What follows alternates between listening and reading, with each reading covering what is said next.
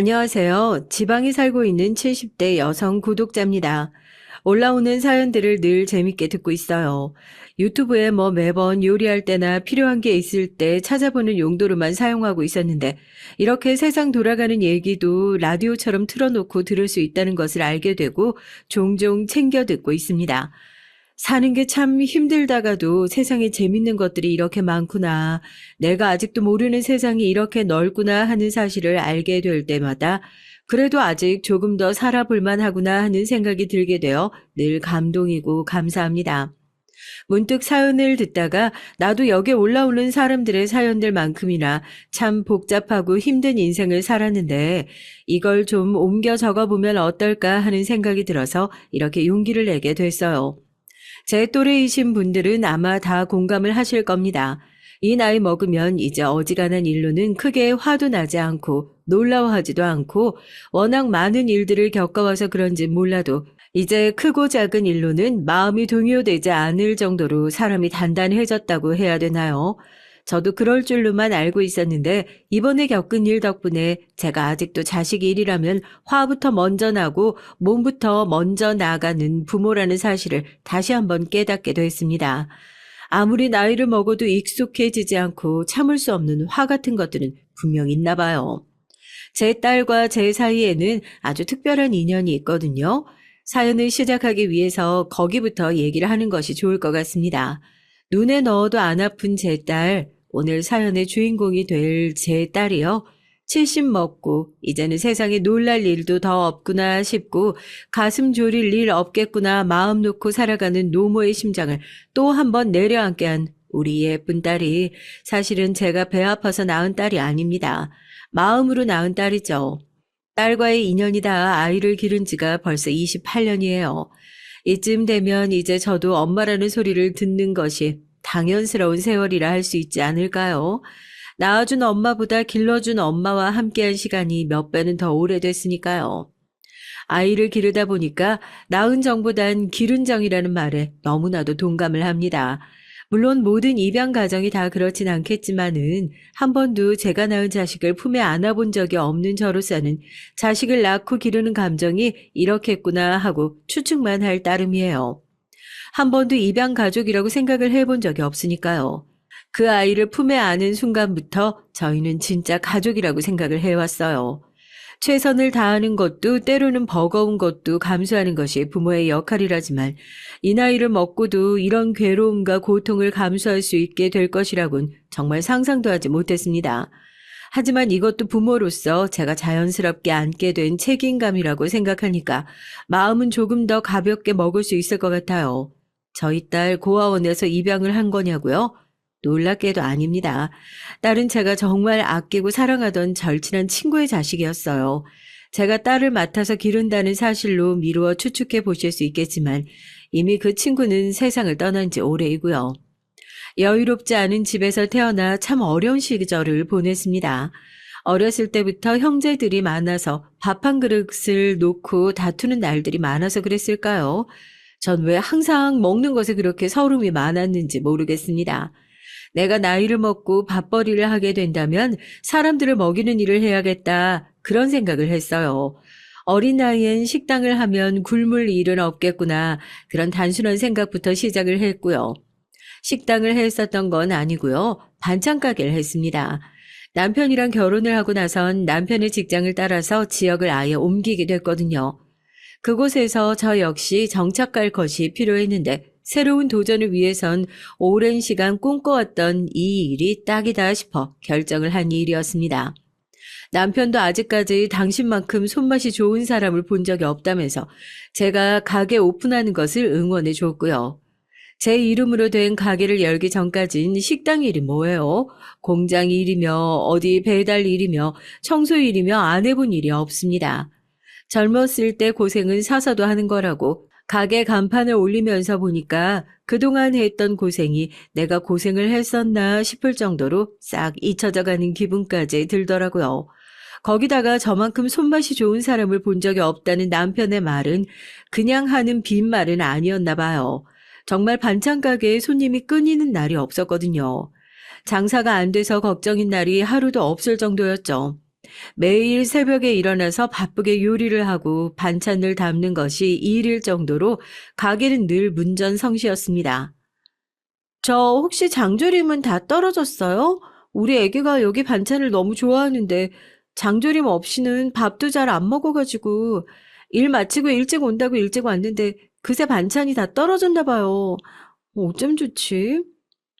주은이는 그렇게 이사 온 동네에서 처음 손님으로 만나게 된 친구였습니다. 정말 감사하게도 주은이의 딸, 지금은 하나밖에 없는 저희 딸이죠. 제 반찬을 좋아해 준 덕분에 저희 가게에 와서 반찬을 사 먹는 날이 많았어요. 콜센터에서 일을 하는 주은인 근무 시간이 항상 일정하지 않아서 종종 일이 늦게 끝나는 날이 있었는데 그날도 근무를 늦게 마치고 막 반찬 가게를 정리하려는데 들어와서 장조림이 다 떨어졌냐고 애기 먹일 반찬이 없다면서 발을 동동 하고 있더라고요. 그게 너무 딱해가지고 장조림이며 뭐며 남아있는 반찬을 몇 팩 챙겨가지고 같이 담아줬어요. 오래된 거 아니고 팔고 남은 것들인데 다시 팔 수 없어서요. 우리 집에 가져가기엔 식구도 적어서 먹는 사람도 없고 애기가 반찬 좋아해 준다고 하니까 얼마나 고마워요.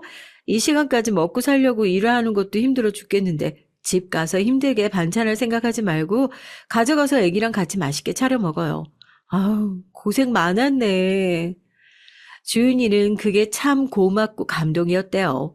콜센터 일이라는 게 아시잖아요. 워낙 박봉에다 사람 정신을 진짜 좀파먹는 일이라는 거요. 안 그래도 힘들어 죽겠는데 누군가 좀 위로를 해줬으면 좋겠다 생각하고 있는데 제가 그때 그런 말을 해줬던 게 자기 인생에서 꼭 필요한 조언처럼 느껴졌다는 거예요. 2, 3일에 한 번씩 거의 저희 반찬 가게에 들리는 것이 그냥 하루 일과처럼 자리를 잡게 된 거죠.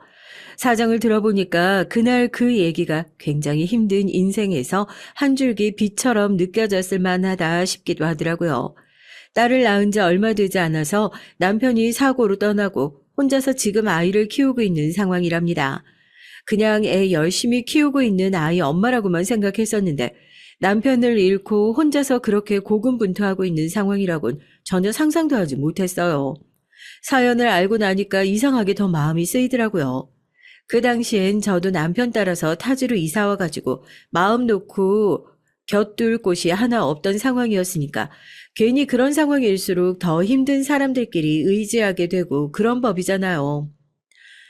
그래도 끝까지 애 책임지려고 그렇게 열심히 살고 있는 모습이 얼마나 좋아.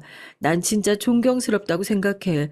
뭐가 됐든 우리 열심히 해보자. 열심히 살다 보면 좋은 날 오겠지. 제 말버릇 같은 거였습니다. 열심히 살다 보면 좋은 날 오겠지. 저도 그때 누군가를 위로해 줄 수 있을 정도로 마음이 여유로운 상황은 아니었어요. 시집을 온 지 꽤 됐는데 남편과 제 사이에 아이가 없어서 시댁에서는 저만 보면 아이도 못 낳는 하자 있는 여자라는 구박을 하곤 했었거든요. 왜 남들한텐 그렇게 쉽게 찾아오는 아이가 저한테만 찾아오지 않는 걸까? 안 해본 것이 없는 것 같아요. 아이를 갖는데 좋다는 약도 먹어보고 용하다는 무당도 찾아가 보고 절에 가서 기도도 드려보고 정성과 아이를 찾아오는 것들은 전혀 관계가 없다는 것처럼 그렇게 저만 피해 다니는 임신 소식에 저도 남편도 시댁도 지칠 대로 지쳐 있었던 상황이었죠.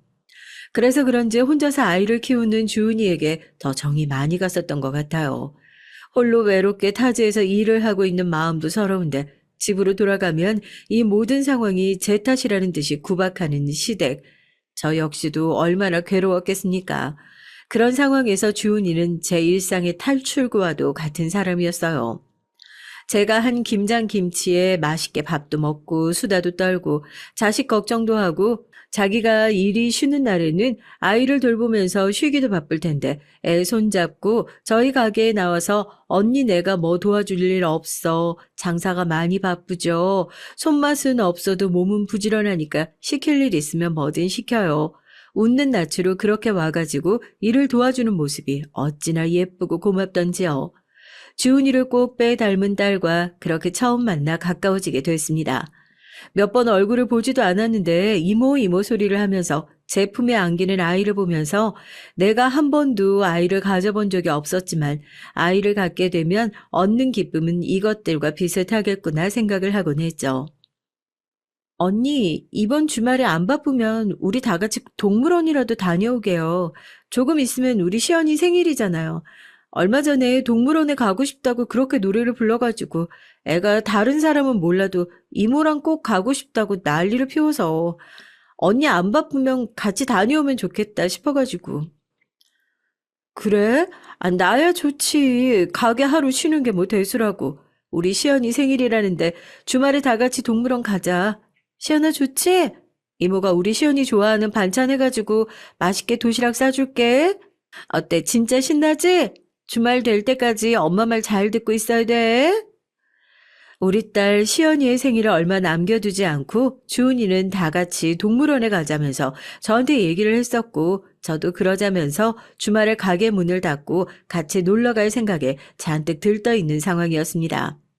분명히 그런 약속을 했었는데요. 이모가 싸준 도시락이면 우리 시연이 밥 세 그릇도 먹고 남겠다고 너스레를 떨면서 웃던 게 엊그제 같은데 이런 말도 안 되는 상황이 생길 거라곤 정말 상상도 하지 못했습니다. 일을 하고 있는데 한 통의 전화를 받게 됐어요. 병원에서 온 전화더라고요. 사실 그때 상황이 잘 기억조차 나지 않아요. 너무 충격적이었고 또 충격적이었으니까요. 병원에서 온 전화였습니다. 주변에 사람이 많고 외롭지 않은 사람인 줄 알았는데 핸드폰에 가장 최근에 연락했던 사람이 저뿐이었던 모양이라 아마 병원에서도 저한테 연락이 온 것 같더라고요. 핸드폰 주인이 사고가 나서 지금 긴급하게 수술에 들어갔으니까 빨리 병원에 와달라는 얘기. 앞치마를 벗어 던지고 무슨 정신으로 병원으로 달려갔는지 모르겠습니다. 딸과 함께 횡단보도를 건너다가 사고가 났었대요. 온 몸으로 딸을 끌어안고 맨몸으로 차와 부딪혀서 시연이는 겨우 목숨을 건질 수 있었지만 주은인 긴 수술 끝에 그렇게 허망하게 세상을 떠나고 말았습니다. 왜 착한 사람들은 그렇게 빨리 세상을 떠나야만 하는 건지. 장례식장에 도착했는데요. 영정 속에 있는 친구의 얼굴이 믿기지가 않더라고요. 이번 주말에 동물원에 가기로 약속했던 것이 생각나고 제 손을 붙잡고 이모 이모 하면서 엉엉 우는 이 어린아이는 또 어떡하고요. 제가 그 앞에 무릎을 꿇고 앉았는데 정말 세상이 무너진다는 말이 무슨 말인지 알 것 같더라고요. 바닥에 얼굴을 붙였는데 일어날 수가 없었습니다. 팔다리가 잘려나가는 기분이 무슨 느낌인지 알 것 같더라고요. 가족도 아닌데 너무 가족처럼 지내왔던 탓일까요? 꼭 몸 어딘가가 잘려나간 것 같은 기분에 하염없이 울었습니다. 지금 생각해도 그때 그 순간이 실감이 나지 않고 아직도 꿈인 것만 같아 눈물이 나올 정도네요. 사람 목숨이 뭐 이렇게 파리 목숨과도 같은 건지 이제는 저 환한 미소를 다시 볼 수 없다는 생각에 너무 가슴이 아프고 이 어린아이는 또 어떻게 해야 할지 마음이 먹먹하더라고요. 정말 아끼던 동생 딸이야. 가까운 친척도 없고 지금 당장 어디 시설로 보낼 수밖에 없는데 어떻게 그래. 자기 엄마 그렇게 된 지도 얼마 안 됐는데 잠깐만이라도 우리 집에서 지내면서 어떻게 할지 생각할 시간을 좀 줘. 부탁할게. 소식을 듣고 장례식장에 찾아온 남편에게 제가 무릎을 꿇고 눈물을 흘리면서 부탁을 했습니다. 시연이를 잠깐 우리 집에서 돌볼 수 있게 해달라고요. 그때는 그렇게 해야만 할 것 같은 기분이었어요. 딸을 잘 돌보겠다 약속을 한 것은 아니었지만 이 어린애가 당장 어딜 나가서 뭘 할 수 있겠냐 싶었으니까요. 남편은 난색을 표하면서 어머님께서 별 말씀을 안 하실지 지금 잠깐이야 봐줄 수 있겠지만 앞으로는 또 어떻게 할 건지 자기는 오래 감당할 수 없겠다 딱 선을 그어서 얘기를 하더라고요. 남편의 입장도 이해 못하는 바는 아니었지만 그때 그 순간엔 모르겠습니다. 남편을 사랑하지 않는 것도 아니었고 제 가정을 소중히 여기지 않는 것도 아니었지만 아이를 돌보는 것이 먼저다라는 생각이 제 머릿속에 강하게 지배했던 것 같아요. 제가 모성애라는 것이 있을 리 만무한데도 저한테 괜시리 모성애 같은 게 있어서 울다가 지쳐 잠든 이 어린애를 차마 여기 덩그러니 두고 갈 수 없겠다 생각이 들었습니다.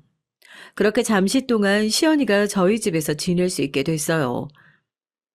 애도 못 낳는 주제에 이젠 남의 집 애를 들여서 키우려고? 동네 사람들이 보면서 무슨 소리를 하는 줄 알고는 있어? 내가 아주 망신스러워서 살 수가 없다. 어쩌다 이런 게 들어와가지고는 대체 앞으로 어떻게 하려고 이래? 당장 어디에 보낼 시설 알아봐라. 그럼 네가 평생 이에 뭐 책임이라도 질 생각이냐? 결국 시어머니께서도 시연이를 저희 집에 데려왔다는 사실을 알게 됐어요. 새벽같이 저희 집으로 찾아와서 사태질을 하면서 소리를 지르셨죠. 전 혹시라도 자고 있는 시연이가 이 소리를 들을까봐 온몸으로 어머님을 막아서면서 제가 알아서 하겠다. 저한테도 좀 시간을 달라고 읍소를 했지만 어머니 역시 완강하셨습니다. 시연이를 집에 데리고 온 며칠 동안 남편의 생각도 많이 달라진 상황이었어요. 워낙 아이가 착하고 예쁘니까 처음엔 하루라도 빨리 입소할 수 있도록 시설을 알아봐 주겠다던 남편 역시 꼭 애를 어디다 보내는 게 맞는지 모르겠다. 우리가 잘 키울 수 있지 않을까 고민을 하기 시작하더라고요. 그 당시에 아이를 갖지 못하는 저희가 입양이라는 선택지도 가지고 있었으니까 남편의 그런 고민이 영 이상한 것은 아니었죠. 그런 남편이 이 얘기를 시어머니에게 꺼낸 순간부터 또 다른 지옥이 시작됐습니다. 아이를 못 낳는 것보다 남의 애를 데려다 키우는 것이 더 잘못된 일이라고 생각하셨던 모양이에요. 난 죽어도 귀하게 키운 내 아들이 뼈 빠지게 벌어서 남의 자식 평생 뒷바라지 하는 꼴 못 본다. 그 꼴은 죽어도 못 봐.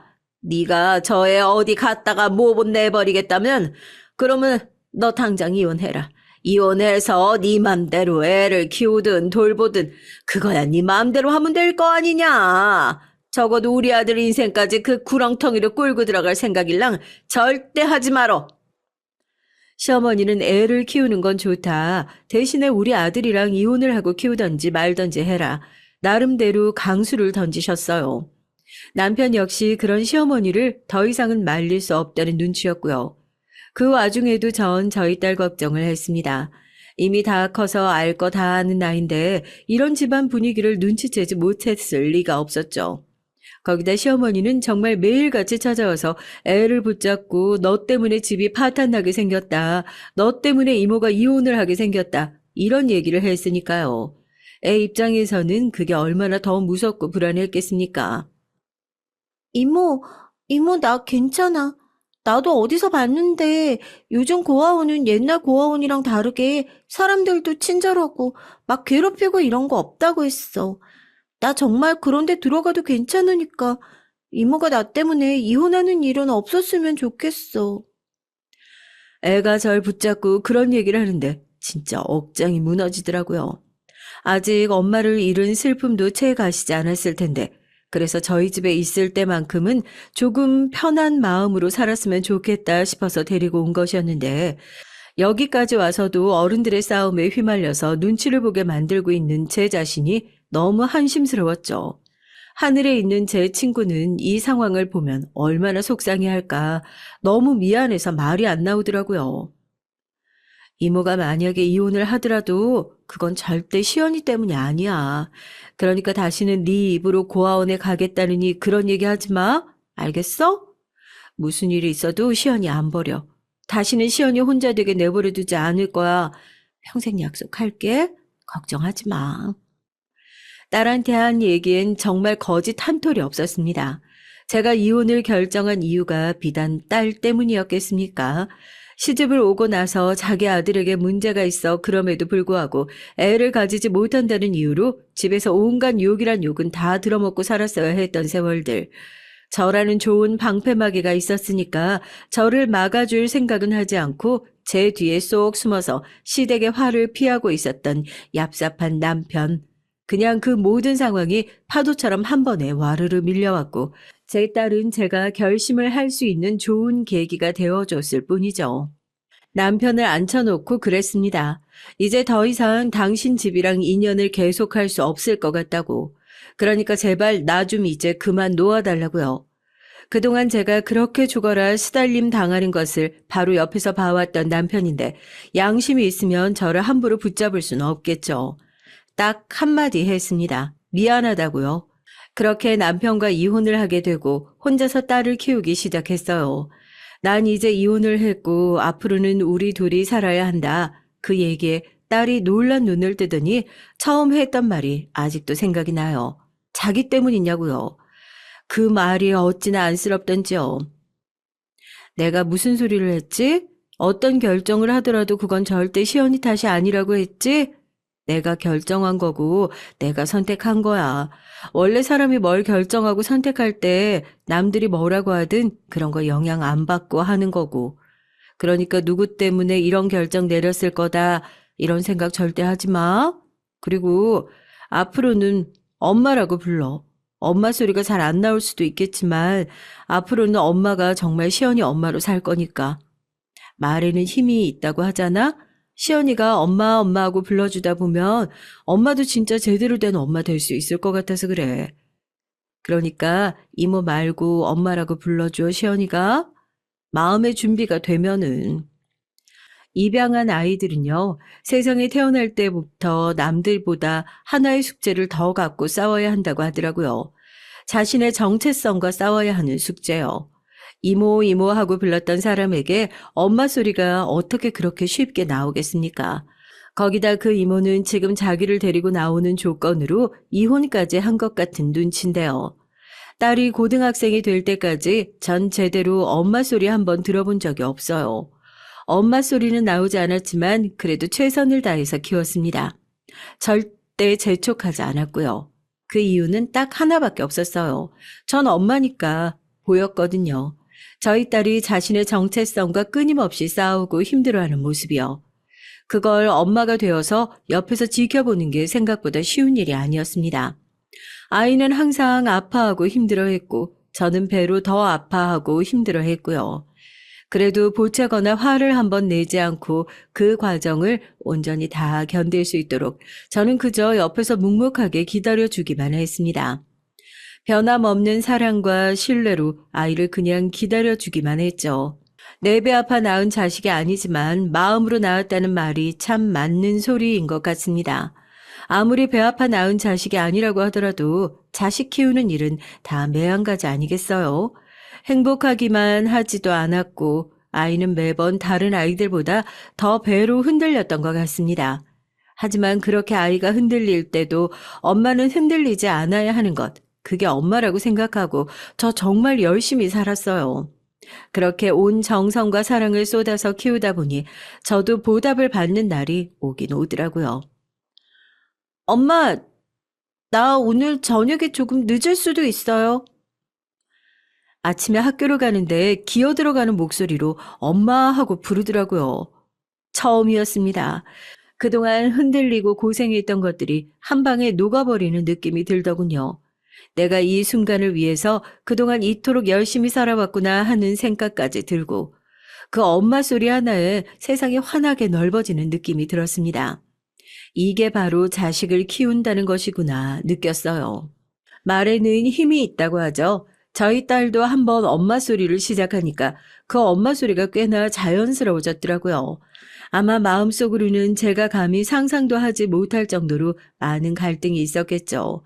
그 엄마 소리가 자연스러워질 때까지 말입니다. 아이를 키운다고 마냥 행복하기만 하지 않은 것처럼 저 역시도 아이를 키운다고 결정한 이후로 그렇게 행복하고 감동적인 일만 있었던 것은 아니었어요. 아이의 유전력을 몰라서 병원에 가서 애가 탔던 적도 있었고, 여느 엄마들과 같이 아이랑 아주 사소한 걸로 다퉈서 말을 하지 않고 싸우기도 했었죠. 그래도 그런 시간들을 수월하게 이겨낼 수 있었던 건 저희가 남들과는 조금 더 다른 특별한 가족이었기 때문이었지 않나 싶습니다. 하루하루 커가는 모습을 보면서 마냥 뿌듯하기만 하더라고요. 내가 이렇게 누군가의 인생을 책임지고 잘 키워내서 대학을 보내고 그렇게 커서 회사에 들어간다고 어느덧 이렇게 훌쩍 커버린 모습이 참 낯설게 느껴지기만 했어요. 그런데 딸은 제가 모르는 사이에 정말 이제 훌쩍 커버렸더라고요. 회사에 들어간다고 말한 지 이제 2년도 채 되지 않은 것 같았는데 좋은 사람이 생겼다면서 결혼을 허락해달라고 집에 인사를 오게 될 줄은 머릿속에 상상도 하지 못했습니다. 그전까지 남자친구를 사귄다는 얘기를 한 번도 한 적이 없었고 당연히 집에 남자랑 연락하는 모습을 본 적도 없었는데 연애 발표도 아니고 결혼 발표 소식이 갑작스러워서 깜짝 놀랄 수밖에 없었죠. 더군다나 사위는 또 얼마나 괜찮은 사람이었는 줄 아세요? 솔직하게 놓고 말씀드리자면 저희 집이 뭐 인격적으로 어디가 부족하고 떨어진다고는 절대 생각하지 않지만 조건만, 정말 순수하게 조건만 놓고 봤을 땐 그쪽 집에서 모자라겠다 생각을 할 수 있을 정도로 정말 완벽한 집안이었습니다. 엄마야, 네가 좋다면 크게 반대할 일 없지만 솔직히 얘기해도 괜찮을까? 엄마 입장에서는 집이 너무 괜찮아서 부담스러운 것도 있어. 이게 무슨 소리인가 싶겠지. 그런데 우리가 그렇지 않니? 결혼할 때 보면 끼리끼리 비슷한 사람이랑 하는데 다 이유가 있다고. 그게 그동안 살아온 생활 환경도 그렇고 그 생활 환경에서 만들어진 사고방식도 그렇고 네가 이해가 가지 않는 것들이 너무나도 많을 거야. 그런 걸 다 참고 이해하면서 살아야 되고 난 엄마니까 우리 딸이 최대한 고생 안 하고 그런 이해가 잘 가지 않는 것들 억지로 이해하면서 살지 않았으면 좋겠다 싶어서 이런 얘기를 하는 거지. 너무나도 좋은 사돈댁의 조건이 결혼을 시키면서 찝찝한 점 중 하나였다면 너무나 배부른 소릴까요? 그런데 이상하게 마음에 걸렸습니다. 평범하게 회사를 다니는 제 딸을 대체 어떻게 만나서 왜 좋다고 하는 건지 모르겠지만 집안 대대로 교육자를 하고 있는 지금 시부모님 모두 교수를 하고 있다는 그 집안에서 흔쾌히 받아들였다는 것이 대한민국의 상식선에서는 잘 이해가 되지 않았으니까요. 살다 보니 나 같은 사람은 이해할 수 없는 정말 내면을 들여다봐 줄 수 있는 좋은 사람들이 세상에 존재하는 건가? 처음엔 그렇게 생각했죠. 시연이, 아니, 우리 아가요. 얼마나 고마운지 모르겠어요. 저희 아들이 워낙 살가운 성격이 아니라서 집에 와서도 쌩하니 말 한마디 안 섞고 방에 들어가 버리기 일쑤인데 시연이가 저희 집에 오고 나면 집안이 시끌시끌해서 행복하더라고요. 사돈도 정말 좋으시겠어요. 이렇게 밝고 착한 딸을 두셨으니까요. 얘기 들어보니까 혼자서 오래 딸을 키우셨다고 들었는데 그건 얼마나 고생이 많으셨어요. 저희가 사돈이 주신 사랑을 다 줄 수 있을진 모르겠지만 최선을 다해서 집에서 예쁨 받았던 것만큼 사랑할 수 있도록 열심히 노력하겠습니다. 사람이 배움이 깊어지면 저렇게 인품이 좋아지는구나. 그렇게 생각을 했죠. 어쩜 같은 말을 한마디 해도 저렇게 우아하고 고상하게 할까 하고요. 딸 가진 부모들은 딸의 시집 잘 보내놓으면 그것만큼 기가 살고 어깨가 올라가는 일이 없다고 하잖아요. 제가 딱 그랬던 것 같습니다. 내가 이렇게 딸을 잘 키웠고 그래서 우리 딸이 이만큼 좋은 집에 시집을 가게 됐다.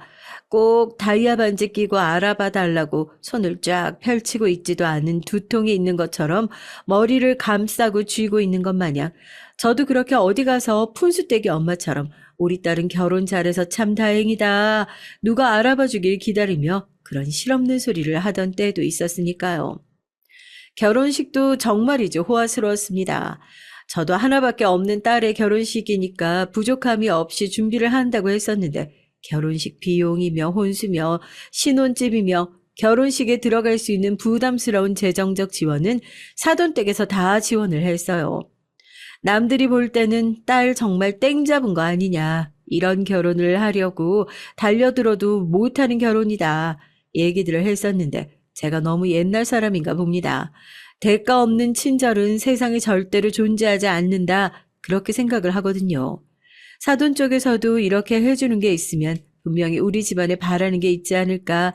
그렇게 생각을 해서 마냥 기쁘지만은 않았어요. 아니요, 오히려 이 수많은 것들이 마음의 짐처럼 느껴지곤 했었죠. 두가 보면 꼭 딸이 팔려가는 느낌이 들잖아요. 거저 해주는 거 없어. 엄마가 너한테 해주는 것들은 정말 거저 해주는 것들이라고 하지만 시댁에서 해주는 것들 다 너한테 뭔가 바라고 해주시는 것들이야. 그러니까 중심 잘 잡고 살아야 된다. 해달라는 대로 다 해주다가 네 몸 축나서 오래 못 견디고 또 해달라는 거 다 안 해주고 살다 보면은 내가 그때 이만큼 해줬었는데 왜 너는 제대로 안 해주냐. 분명히 말 나오는 게 그게 억울하지만 시집살인 거야. 그러니까 그 사이에 네가 아슬아슬 외줄타기를 얼마나 잘하느냐가 결혼 생활을 얼마나 잘 유지할 수 있는지가 되겠지. 아휴, 우리 딸은 잘할 거라고 믿어. 엄마는 그걸 잘 못했었는데 항상 중심을 잘 잡는 거 못해가지고 문제였는데 우리 딸은 그런 걱정 안 해도 되잖아. 워낙 잘하는 사람이니까. 부담스러운 집에 딸을 시집 보내놓고 나니까 걱정이 이만저만이 아니더라고요. 또 딸은 자기는 괜찮다고 걱정하지 않아도 된다고 항상 얘기를 하면서 저를 안심시켰습니다. 그런데 왜 아니겠어요. 결혼을 하고 시댁에 들어가게 된 이후로 저는 딸 얼굴 한번 보는 게 그렇게 어려운 사람이 되었습니다. 어디 멀리 몇 시간 떨어진 곳에 사는 것도 아니고 딸은 출가 외인이라지만 아무리 그래도 이렇게 얼굴 한번 보는 게 힘들어질 줄 누가 알았겠어요. 주말에 얘기해서 잠깐이라도 집에 들렀다 가지. 엄마가 너 생각나서 좋아하는 반찬들이랑 많이 싸뒀는데 아니면 내가 임사방한테 전화해서 퇴근하는 길에 들려가지고 반찬이라도 좀 싸가지고 가라고 할까? 지난번에 영상통화하면서 보니까 얼굴에 살이 많이 내린 것 같던데, 시댁에서 힘든 일 있는 건 아니지? 반찬 한번 가져가라는 말도 이렇게 통사정을 해서 할 정도였으니까요. 그런데 딸은 정말이지 집에 잘 오지 않았습니다. 솔직히 서운한 마음도 들었죠. 결혼한 이후로 시댁에다가 완전히 딸을 뺏겨버린 것 같다는 생각도 들었습니다. 엄마, 내가 지난번에 얘기했잖아요. 조금 있으면 세미나 있어서 바빠진다고. 그래도 가족들 다 가고 나면 그때는 시간이 좀 날 것 같으니까 그때 내가 가던지 할게요. 그놈의 세미나, 학회, 집안 행사만 해도 감당하기 힘든 법인데 시부모가 교수라는 이유로 저희 딸은 각종 학교 행사에 동원되어 무급으로 일을 하는 것이 자연스러운 일이 된 것 같았습니다. 명절에 선물 세트를 보내면서 학교에 참 행사가 많나 봐요. 하고 애둘러 얘기를 해보았죠. 대충 너네 학교에서 하는 행사에 왜 우리 딸을 동원해서 일꾼 삼냐. 나름 시비조의 이야기였습니다. 확실히 그 정도 뻔뻔함은 있어야 아랫사람을 함부로 부려먹을 줄 아는가 보다 싶더라니까요. 눈 하나 깜짝을 하지 않더라고요. 그러면 어디 교수 며느리라는 직함 달기가 쉬운 줄 아세요, 사부인? 저도 처음에 이 사람한테 시집 왔을 때 다 겪어봤습니다. 그렇게 힘든 일도 아니에요.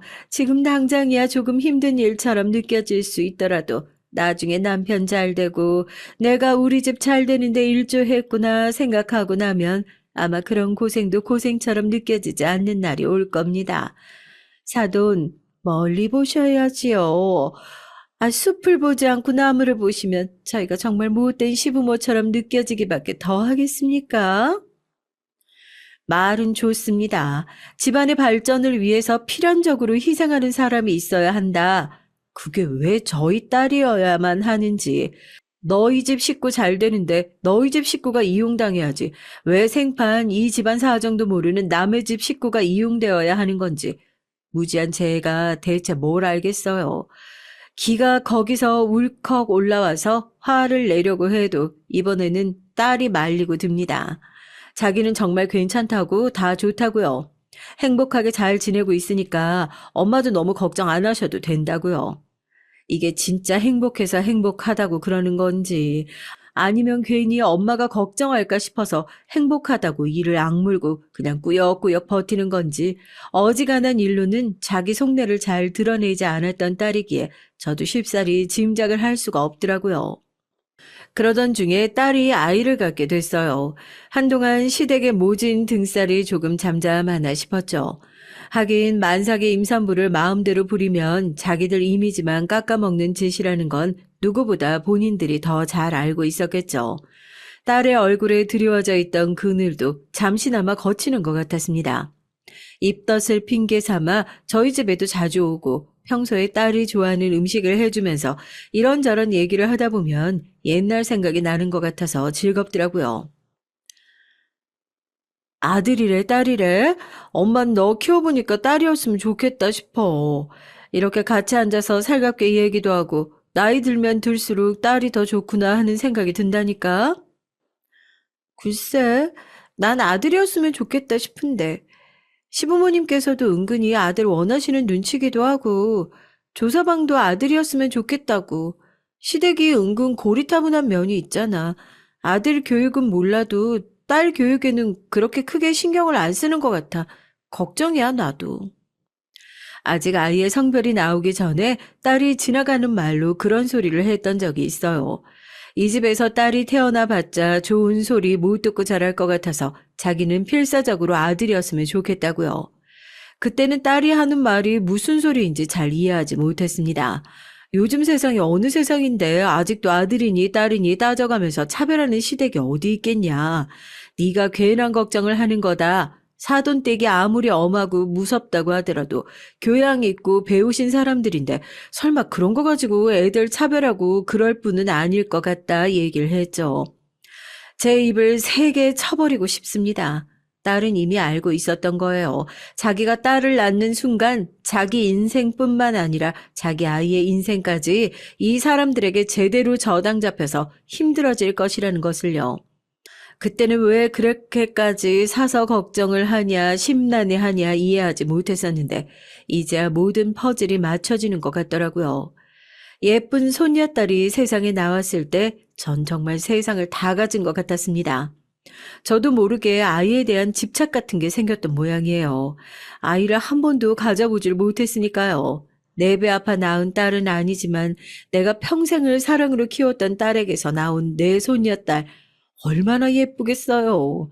세상에 막 태어났을 땐 이목구비도 제대로 알아볼 수 없이 주름져 있는 못난 모습임에도 불구하고 예뻐서 어쩔 줄을 모르겠더라고요. 그러나 사돈들은 달랐습니다. 딸이라는 소식을 듣자마자 은근히 딸이 집안에 보탬이 되지 않는 사람이라는 둥 돌려서 딸을 비난하더니 얼른 둘째 준비를 하는 게 좋겠다며 아직 몸도 풀지 못한 애를 압박하는 게 아니겠어요? 아니, 이제 애 낳은 지 일주일이에요. 몸도 다 안 풀렸는데 무슨 둘째 얘기입니까? 의사 선생님 말씀도 이제 나이도 있고 몸도 안 좋아서 자녀 계획 세우는 건 신중하게 해야 한다고 그러셨잖아요. 그리고 그게 어디 저희들이 원한다고 해서 뜻대로 되는 일이랍니까? 딸의 몸이 생각보다 약하고 안 좋아서 둘째를 갖는 것이 어려울 수도 있겠다는 의사 선생님 말을 듣자마자 안사돈과 박가사돈은 난색을 표하더니 아직 침상에 누워있는 딸을 붙잡고 그 말이 사실이냐고 묻더라고요.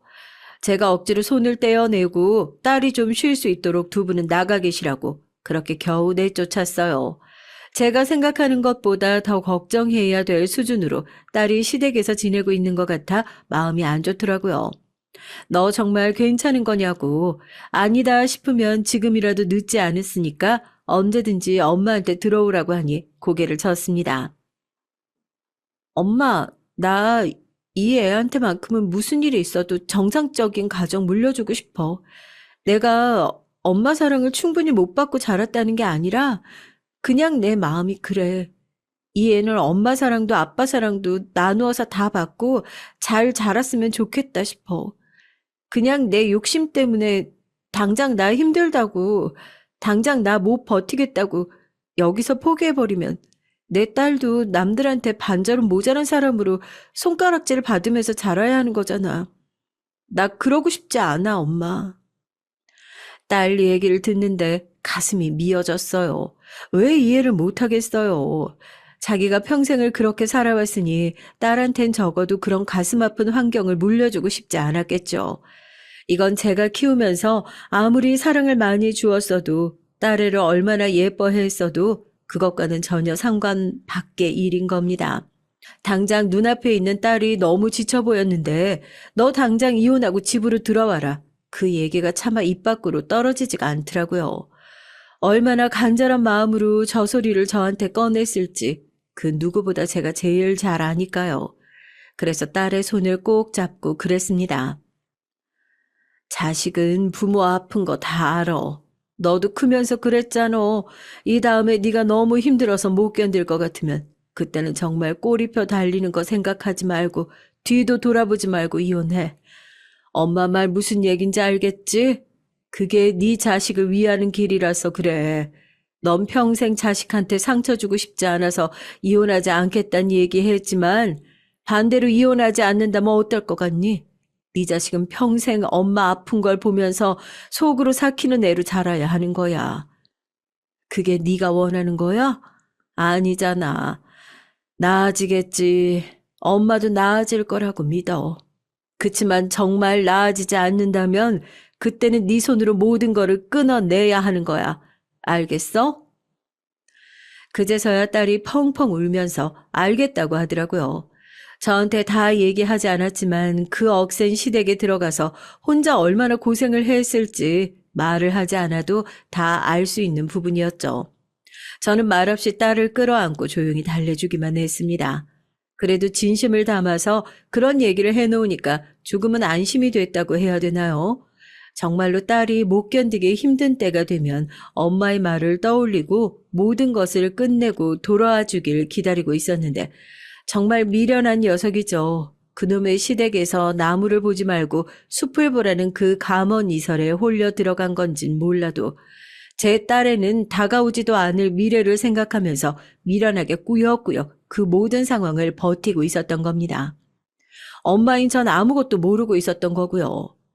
손녀딸이 이제 막 말이 터지기 시작했을 때였어요. 요즘 애들이 참 빠르잖아요. 엄마 핸드폰을 가지고 놀면서 몇 번 저한테 전화도 하고 그랬죠. 전 손녀가 저한테 직접 전화했다는 게 참 신기하기도 하고 귀엽기도 하고 그렇더라고요. 딸애한테 갑자기 뜬금없는 시간에 전화가 왔길래 무슨 일인가 했더니 건너편에서 들려오는 손녀딸의 목소리에 깜짝 놀랐습니다. 아이고, 우리 떼떼 할머니한테 무슨 일로 전화했을까? 다정한 저의 목소리에 손녀딸은 펑펑 울면서 무엇라고 말을 하더라고요. 얘기를 들어보니까 엄마가 지금 쓰러져서 병원에 있다는 소리였어요. 깜짝 놀라서 근처에 있는 어른을 좀 바꿔달라고 병원의 위치를 확인하자마자 미친 듯이 달려갔습니다. 대체 무슨 일인가 싶어서요. 의사 선생님 얘기를 들어보니 과로라고 하더군요. 남편에게 연락을 했는데 오는데 시간이 조금 걸릴 것 같다고 했다고. 그렇게 심각한 상황이 아니라 링거만 맞고 퇴원 수속하시면 될 것 같다 얘기를 하길래 한숨을 푹 내쉬는데 의사 선생님이 저를 붙들고 그러는 겁니다. 아무래도 경찰에 신고를 하시는 게 좋을 것 같다고요. 깜짝 놀라서 그게 무슨 말인지 물었죠. 저희가 이런 식으로 들어오시는 분들이 있으면 경찰에 신고를 합니다. 가정학대 의심이요. 아이도 혹시나 해서 확인을 해봤는데 다행히 아이에게는 학대 흔적이 없더라고요. 따님이 혹시 남편분에게 맞는다거나 하는 얘기 하신 적 없으세요? 저희는 상처만 봐도 이게 어떻게 왜 생긴 상처인지 금방 압니다. 이거 그냥 생긴 상처 아니에요. 사람이 사람한테 맞아서 생긴 상처죠. 의사 선생님의 얘기를 듣고 천사처럼 자고 있는 딸아이의 다리를 걷어봤습니다. 분명 옅어지고 있긴 하지만 다리에는 멍자국이 가득하더라고요. 제가 충격에 입을 틀어막고 눈물을 쏟기 시작하자 이 상황을 아무것도 모르는 손녀가 저에게 다가와서 그러는 거예요. 왜 할머니가 엄마 이렇게 맴매했어. 엄마가 놀라가지고 악하고 쓰러졌어. 할머니가 엄마 맨날 때려. 소리 지르고. 너무 무서워. 손녀딸에게 지금 하는 얘기가 무슨 소리냐 캐물으니까 아무것도 모르는 애가 솔직하게 술술 대답을 하더라고요. 얘기를 들어보니 아무래도 안싸돈이 저희 딸에게 손을 올렸던 것 같습니다. 그것도 제가 모르는 동안 아주 오랫동안 말이죠. 그 얘기를 듣는 순간 억장이 무너지고 가슴속에 화가 끓어올라 주체가 되지 않더라고요. 나도 귀에서 세게 끌어안아 보지 못한 딸을 감히 누가 이렇게 함부로 대할 수 있단 말인가 하고요. 의사 선생님에게 진단서를 한부 끊어달라고 하고 있는데 딸이 정신이 들었는지 몸을 일으켜 아는 척을 해요.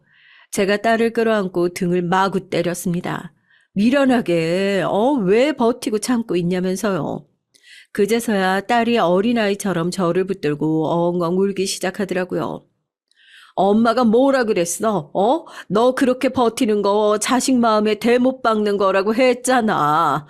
애기가 다 기억하더라. 엄마 맴매 맞는다고. 그걸 다 지켜보고 있었어. 너 이제서라도 그렇게 살면 안 돼. 무슨 일이 있더라도 그 집에서 나와야 돼. 알겠어? 딸은 아이가 다 보고 듣고 있을 줄 몰랐다면서 미안해서 어쩔 줄을 몰라 하더라고요. 그때 뒤늦게 병원으로 사위놈이 찾아왔습니다. 아마 제가 왔다는 소식을 듣고 혹시라도 그런 비밀이 들킬까봐 싶어서 헐레벌떡 찾아온 거였겠죠. 제가 사위놈을 보자마자 고개가 돌아가라 뺨을 짝소리나게 올려붙였습니다. 병원에 있는 사람들이 놀라서 저에게 달라붙어 뜯어 말릴 정도였죠. 전 의사 선생님이 작성해 주신 소견서를 사위놈의 얼굴에 냅다 집어 던졌습니다. 왜? 무식한 친정집이라 평생 모르고 살 줄 알았어? 그 무식한 여자가 자식 일로 칼을 갈면 어떻게 되는지 이제부터 똑똑히 보여줄 테니까 잘 봐. 니네가 돈을 얼마나 쓰고 무슨 수를 쓰더라도 절대로 안 질 테니까 이제부터 내가 죽는 한이 있어도 나는 내 딸이랑 손녀딸 지킬 거야. 너도 어디 최선 다해서 니네 가족 지켜봐. 알겠어? 사위는 뭔가 오해가 있는 것 같다면서 저를 뜯어 말렸지만 전 그런 사위놈의 배를 구둣발로 냅다 차버리고 딸아이의 손을 잡고 손녀딸을 데리고 병원을 나왔습니다. 그때부터 상황이 안 좋게 돌아가는 것을 눈치챈 사돈댁에서 저희 딸과 저에게 미친 듯이 전화를 하기 시작하더라고요. 다 늦은 새벽에 잠깐 대화를 하자고 문 좀 열어보라며 저희 집을 찾아와 문을 두드리기까지 했다니까요. 정말 미친 사람들이 따로 없는 줄 알았습니다. 사돈, 제 말 좀 들어보세요. 우리 예전엔 다 그러고 살았지 않았습니까? 저도 그냥 며느리 교육하려고 그랬던 거예요. 차라리 분이 풀리실 때까지 저를 치세요. 저 그거 세상 밖으로 드러나면 정말 사회적으로 자살시키는 거나 다름없습니다. 그래도 하나밖에 없는 딸의 시댁인데 그렇게까지 끝장내셔야 속이 시원하시겠습니까? 제가 그 얘기를 듣자마자 문을 확 열어젖히고 무릎을 꿇고 앉아있는 안사돈의 뺨을 똑같이 후려 갈겨줬어요. 아무리 생각해봐도 뺨 한 대 안 때리고 이대로 보내는 건 너무나 억울하다 싶어서요. 왜요? 분이 풀리실 때까지 치라고 해놓고 한 대 맞고 나니까 이거 더는 못 맞겠다 생각 드세요? 때릴 때는 모르셨겠죠. 맞는 게 얼마나 아픈지 말입니다. 제가 이제 똑같이 더 아프게 해드릴 테니까 그동안 내 자식 눈에 피눈물 나게 했던 거 얼마나 잘못했던 일인지 두고두고 반성하면서 사세요. 아시겠습니까? 저를 붙드는 사돈댁을 모두 물리고 다음날 아침에 날이 밝자마자 경찰서로 찾아가 고소장을 접수했어요. 그걸론 도저히 분이 안 풀리겠다 싶어 안사돈과 바깥사돈이 나란히 교수로 있는 대학에다가 정성스럽게 지금 이 사연을 적는 것보다 더 정성스럽게 탄원서를 써서 제출했죠. 가정폭력범을 교수로 앉혀놓은 이 대학도 분명히 문제가 있다. 제대로 된 징계가 내려지지 않는다면 뉴스고 신문이고 다 알려서 이 일을 공론화시킬 거라고요. 탄원서를 제출한 지 1시간도 되지 않아서 총장에게 연락이 오더라고요. 무슨 일인지 모르겠지만 집안일은 집안일로 끝내시는 게 좋지 않겠냐면서 본인들이 할 수 있는 모든 조치를 다 취해주겠답니다. 교수로서의 명예를 다시 회복시킬 수는 없도록 학교에서 끝장내는 것은 물론이고 징계위원회에 회부해서 교수직을 박탈시켜 주겠다고요. 이 정도면 저도 믿지는 장사는 아니라고 생각해서 그러자고 얘기를 하고 일을 마무리했어요. 지금 딸아이는 저희 집에서 몸과 마음을 회복하는 시간을 보내고 있습니다. 그동안 시댁에서 얼마나 당했는지 아직까지도 큰 소리를 듣거나 큰 동작을 보면 깜짝깜짝 놀라는 모습을 보일 때마다 엄마로서 마음이 아파 어찌할 줄을 모르겠어요. 그런 딸에게 유일하게 해줄 수 있는 게 너희 전 시부모님이 어떤 처벌을 받게 될 거고 내가 너를 얼마나 사랑했고 어떤 마음으로 키워왔는지 전달해 주는 거라 생각해서 이 사연을 쓰게 됐습니다. 부디 우리 딸의 마음이 하루라도 빨리 나을 수 있게 되길 다들 응원 한 말씀 부탁드릴게요.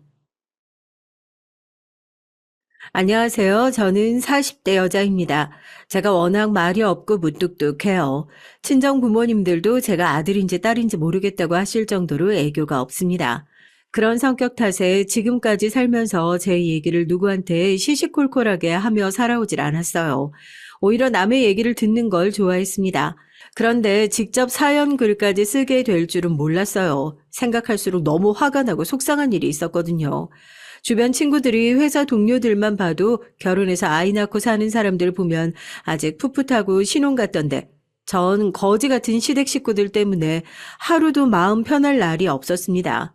그러다 보니 자연스레 남편에 대한 마음도 점점 식더라고요. 언제부턴간 남편이 제 옆에 오기만 해도 숨이 턱턱 막혔어요. 뭐가 그렇게 힘드냐고요? 어디서부터 어떻게 말해야 될지 정리가 잘 안 되지만 제가 생각나는 대로 얘기를 해볼게요. 먼저 저와 남편은 소개팅으로 만났습니다. 제 친구가 대학병원 간호사였는데 남편은 같은 병원 의사였어요. 사실 말이 소개팅이지 남편이 친구 SNS에 저와 찍은 사진을 보고 저를 콕 집어서 소개해달라고 했답니다. 제 외모가 단아하고 참해 보이는 게 딱 자기 이상형이라고요. 제 입으로는 말하기 뭐하지만 제가 단아하게 생기긴 했어요. 어려서부터 저를 보시는 어른들마다 부잣집 맏며느리 상이라고 다들 예뻐하셨거든요. 더군다나 저도 소개팅할 사람이 의사라고 하니까 혹했죠. 그래서 고민할 거 없이 소개팅에 나갔습니다. 남편은 저를 보자마자 칭찬을 아끼지 않았어요. 소개팅에 나가기 전엔 의사라고 하니까 좀 거만하고 의수되는 건 아닐까 걱정도 했었는데 막상 만나보니 그렇지 않더라고요. 센스도 있고 유머도 있는 게 재미있었습니다. 남편은 제 단아한 모습에 반했다면서 만난 지 얼마 되지 않아 사귀자고 고백을 했어요. 준희 씨는 제가 딱 꿈꿔오던 이상형이에요. 저와 결혼을 전제로 만나주세요. 남편의 정중한 고백에 전 너무 기뻤죠. 저를 결혼 상대로 생각하고 있다는 게 고마웠어요. 사실 소개팅 이후 남편이 적극적으로 데이트를 신청하기는 했지만 전 몇 번 만나다 결국 잘 안 될 거라 생각했거든요. 남편 마음이 변할 줄 알았어요. 제 조건이 남자들이 좋아할 만한 조건이 아니에요. 집안 형편이 좋지 않거든요. 제가 어렸을 때 아버지가 외국에도 돌아다니시면서 크게 사업을 했었는데 제가 중학교 때 사업이 망해버렸어요. 그전까지는 큰 전원주택에 살다가 졸지에 단칸방에서 6식구가 살았죠. 한창 사춘기 때라 많이 힘들었어요. 집안 상황도 순식간에 달라졌고 학교까지 전학 가야 했으니까요. 갑자기 모든 상황이 달라졌습니다. 저희 집은 애들도 많아요. 형제가 넷이에요. 제가 장녀고요. 위로 오빠가 있긴 하지만 오빠는 신학대학을 나와 일찌감치 결혼하고 목사가 됐습니다. 그러고는 새언니와 동남아로 가버렸어요. 동남아 여기저기를 다니면서 전도도 하고 목회 활동도 한다더군요. 전 오빠의 상황을 이해했습니다. 오빠는 어릴 때부터 항상 그렇게 살고 싶다고 했거든요. 덕분에 부모님과 동생들은 제가 다 챙겨야 했습니다. 그러다 보니 학창 시절도 대학 때도 제 생활이 거의 없었어요. 저는 항상 가족이 먼저였거든요. 주변 지인들은 그런 저를 이해하지 못했습니다. 아무리 그래도 부모님이 계신데 제가 집안일을 다 책임져야 하냐고요. 그럴 수 있어요. 태어나서부터 부모 그늘에서 곱게 자란 사람들은 절대 저를 이해하지 못하죠. 하지만 제 사정은 달랐습니다. 사업이 망하고 나서 아버지는 충격으로 급성 신부전증까지 왔고요. 몇 개월 동안 병원에 계셨어요. 생활비에 병원비까지 한순간 집은 빚더미에 앉았죠. 어머니는 결혼하고 지금까지 저희 넷을 키우느라 내내 가정주부였고요. 하지만 이제 던 그럴 수 없었죠. 어머니는 아픈 아버지를 대신해 돈을 벌기 위해 마트에서 일을 하셨습니다. 어머니는 하루 종일 일을 했지만 마트 월급 가지고 6식구 살기는 빠듯했어요. 전 중학교 때부터 아르바이트를 했습니다. 새벽엔 우유 배달을 했고 학교가 끝나면 햄버거 가게에서 아르바이트를 했어요. 주말엔 동생들을 데리고 전단지도 돌리러 다녔고요. 그렇게 살아온 제가 어떻게 친구들과 매일 술을 먹고 클럽에 갈 수 있었겠어요. 전 어떻게든 좋은 직장에 들어가기 위해 악착같이 살았습니다. 제 형편에 이 학원 저 학원 다니면서 자격증을 딸 수가 없으니까 뭐든 다 독학으로 해결했고요. 전 당당하게 대기업에 입사했습니다. 나이가 든 이후에 직장이나 외모만 보고 다가오는 남자들은 많았죠. 하지만 연애를 하다 보면 서로의 집안 얘기가 안 나올 수가 없잖아요. 저희 집안 상황을 알게 되면 남자친구들은 다 알아서 떠나갔습니다. 전 원망하지는 않았어요. 저라도 그럴 것 같았거든요. 저야 저희 부모고 형제들이니 어쩔 수 없이 감당해야 했지만 남이 해줄 수 있는 일이 아니잖아요. 만났던 남자친구들은 저와 헤어질 때마다 항상 똑같은 말을 했습니다. 너만 생각하면 당연히 결혼하지. 근데 내가 너희 집까지 감당하기엔 내 그릇이 너무 작다. 머리로도 마음으로도 다 이해했지만 바로 앞에서 그런 소리를 듣고 나면 하루 종일 아무것도 손에 잡히질 않았습니다. 그런 일이 있을 때마다 저도 모르게 가족들을 원망하는 제가 너무 싫었어요. 전 남자를 만나기 무서웠습니다. 이런 저를 온전히 받아줄 남자는 대한민국에 없을 것 같았거든요. 그런데 남편은 달랐어요. 저희 집 상황을 다 듣고도 저와 결혼을 전제로 만나고 싶다고 했거든요. 전 이게 뭐라고 남편에 대한 마음이 그렇게 확 커졌습니다. 그때까지는 당연히 이러다가 또 헤어지겠지라고 생각해서 제 마음을 다 주지 않으려고 했거든요. 사실 그렇잖아요. 전 남자친구들은 저보다 직장도 변변치 않았는데도 제 상황을 이해해주지 않았어요. 여자는 결혼하면 출가 외인이지라는 말을 한 전 남친까지 있었습니다. 결혼하면 친정 일에는 신경 쓰지 말아야 한다고요. 그랬으니 의사식이나 되는 남자가 저한테 뭐하러 장가를 오겠나 싶었죠. 제가 잘 모르긴 해도 주변에서 들어보니까 의사면 소개팅만이 아니라 잘 사는 집 딸들 중에 중매도 많이 들어온다더라고요. 전 제 과거에 발이 묶여 진짜 현실을 보지 못했습니다. 부족한 제 상황을 남편이 이해해 줬다는 것에 너무 좋아서 다른 건 보지도 않고 섣불리 결혼을 결정하고 말았어요. 저와 남편은 만난 지 6개월 만에 결혼했습니다. 남편은 저희 친정에 인사를 한번 갔다 오더니 오히려 더 급하게 결혼을 하자고 했어요. 아버님 건강도 많이 안 좋으시고 어머님이랑 동생들도 아버지 챙기느라 고생하는 거 보니까 마음이 너무 안 좋다. 내가 자기랑 결혼하면 아버님 우리 병원으로 모셔서 내가 같이 챙겨드리고 많이 도와드릴게. 이 소리를 듣고 어떻게 결혼하지 않을 수가 있겠어요? 전 6개월이든 1년이든 중요하지 않다고 생각했습니다. 지금까지 내내 아픈 아버지를 병간호하느라 온 가족이 힘들었는데 의사 남편이 생기면 너무 든든할 것 같았거든요. 그렇게 제 지옥 같은 결혼 생활이 시작된 것이었어요. 자상한 의사 남편이랑 결혼했는데 뭐가 지옥 같은 결혼 생활이냐고요? 지금까지 제게 있었던 일을 얘기하면 아마 누구도 제 말을 믿지 못할 거예요. 심지어 저희 친정 식구들도 제 말을 믿지 않았으니까요. 남편은 겉으로 보기엔 너무 좋은 사람이었습니다. 사실 저도 깜빡 속았으니까요. 이건 엄연히 사기 결혼이나 다름없었습니다. 남편은 연애할 때 제가 알던 사람이 아니었어요. 결혼식이 끝나자마자 180도 달라졌습니다.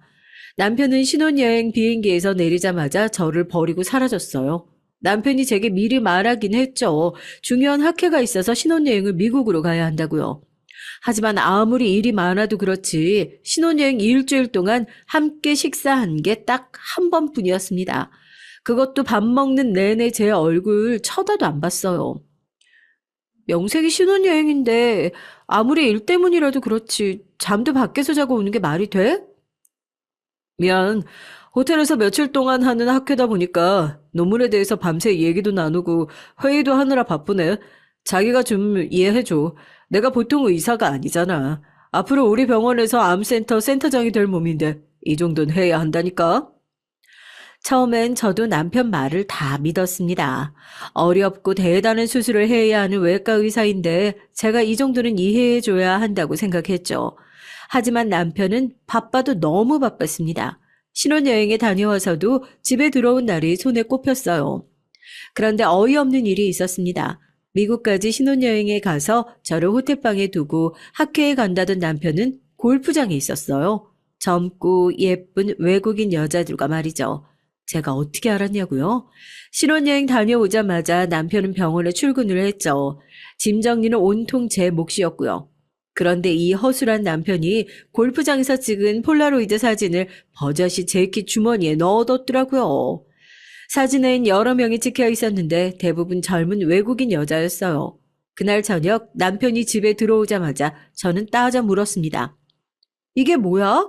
신혼여행에서 매일 혼자 밥 먹고 혼자 잠들게 만들더니 날 속이고 젊은 여자 끼고 놀러 다닌 거야? 자기야, 내가 자기 속이고 다른 여자들이랑 왜 놀아? 여기 사진 속에 있는 사람들 다 의사야. 자기가 병원 일을 잘 몰라서 그러는데 병원에서 하는 일만 다 일이 아니야. 학교 끝나고 호텔 앞 공원에서 작게 골프장이 있길래 같이 치면서 얘기만 잠깐 나눈 거야. 호텔 직원이 지나가다가 사진 찍어준 거고. 남편은 절대 제가 생각하는 그런 게 아니라고 딱 잡아댔어요. 폴라로이드에 함께 찍힌 여자든 남자든 전부 다 의사랍니다. 남편은 자기가 저를 두고 그런 짓을 왜 했겠냐면서 자기 사랑을 의심하는 거냐며 오히려 툴툴거렸어요. 남편이 저에게 너무 서운해하니 저도 민망했죠.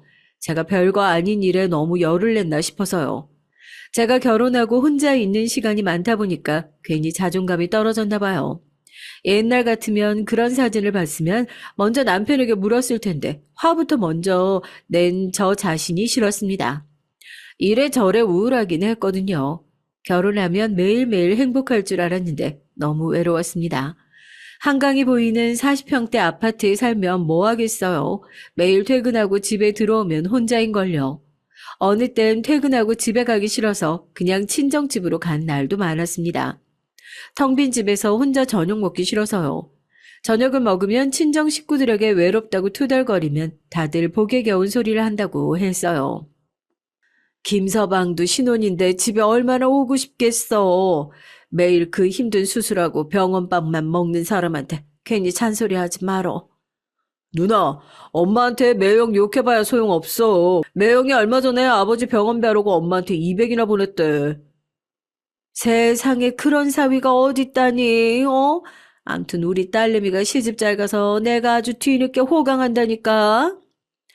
그랬습니다. 남편은 제게 전화 한 통은 안 해도 친정 부모님에겐 잘했어요. 툭 하면 엄마한테 몇백씩 툭툭 보냈습니다. 친정 부모님과 동생들에게 제 남편 같은 사람 없다는 소리를 듣고 나면 또 다 맞는 소리 같았죠. 나가서 술을 먹고 노느라 집에 안 들어오는 것도 아닌데 제가 참아야지 싶었습니다. 남편은 마음에 없는 게 아니라 시간이 없는 거라고 믿고 싶었으니까요. 그러던 어느 날이었어요. 그런 적은 없었는데 남편이 병원 일이 바쁘다면서 일주일째 집에 들어오질 않았습니다. 이렇게 길게 집에 안 들어온 건 처음이었어요.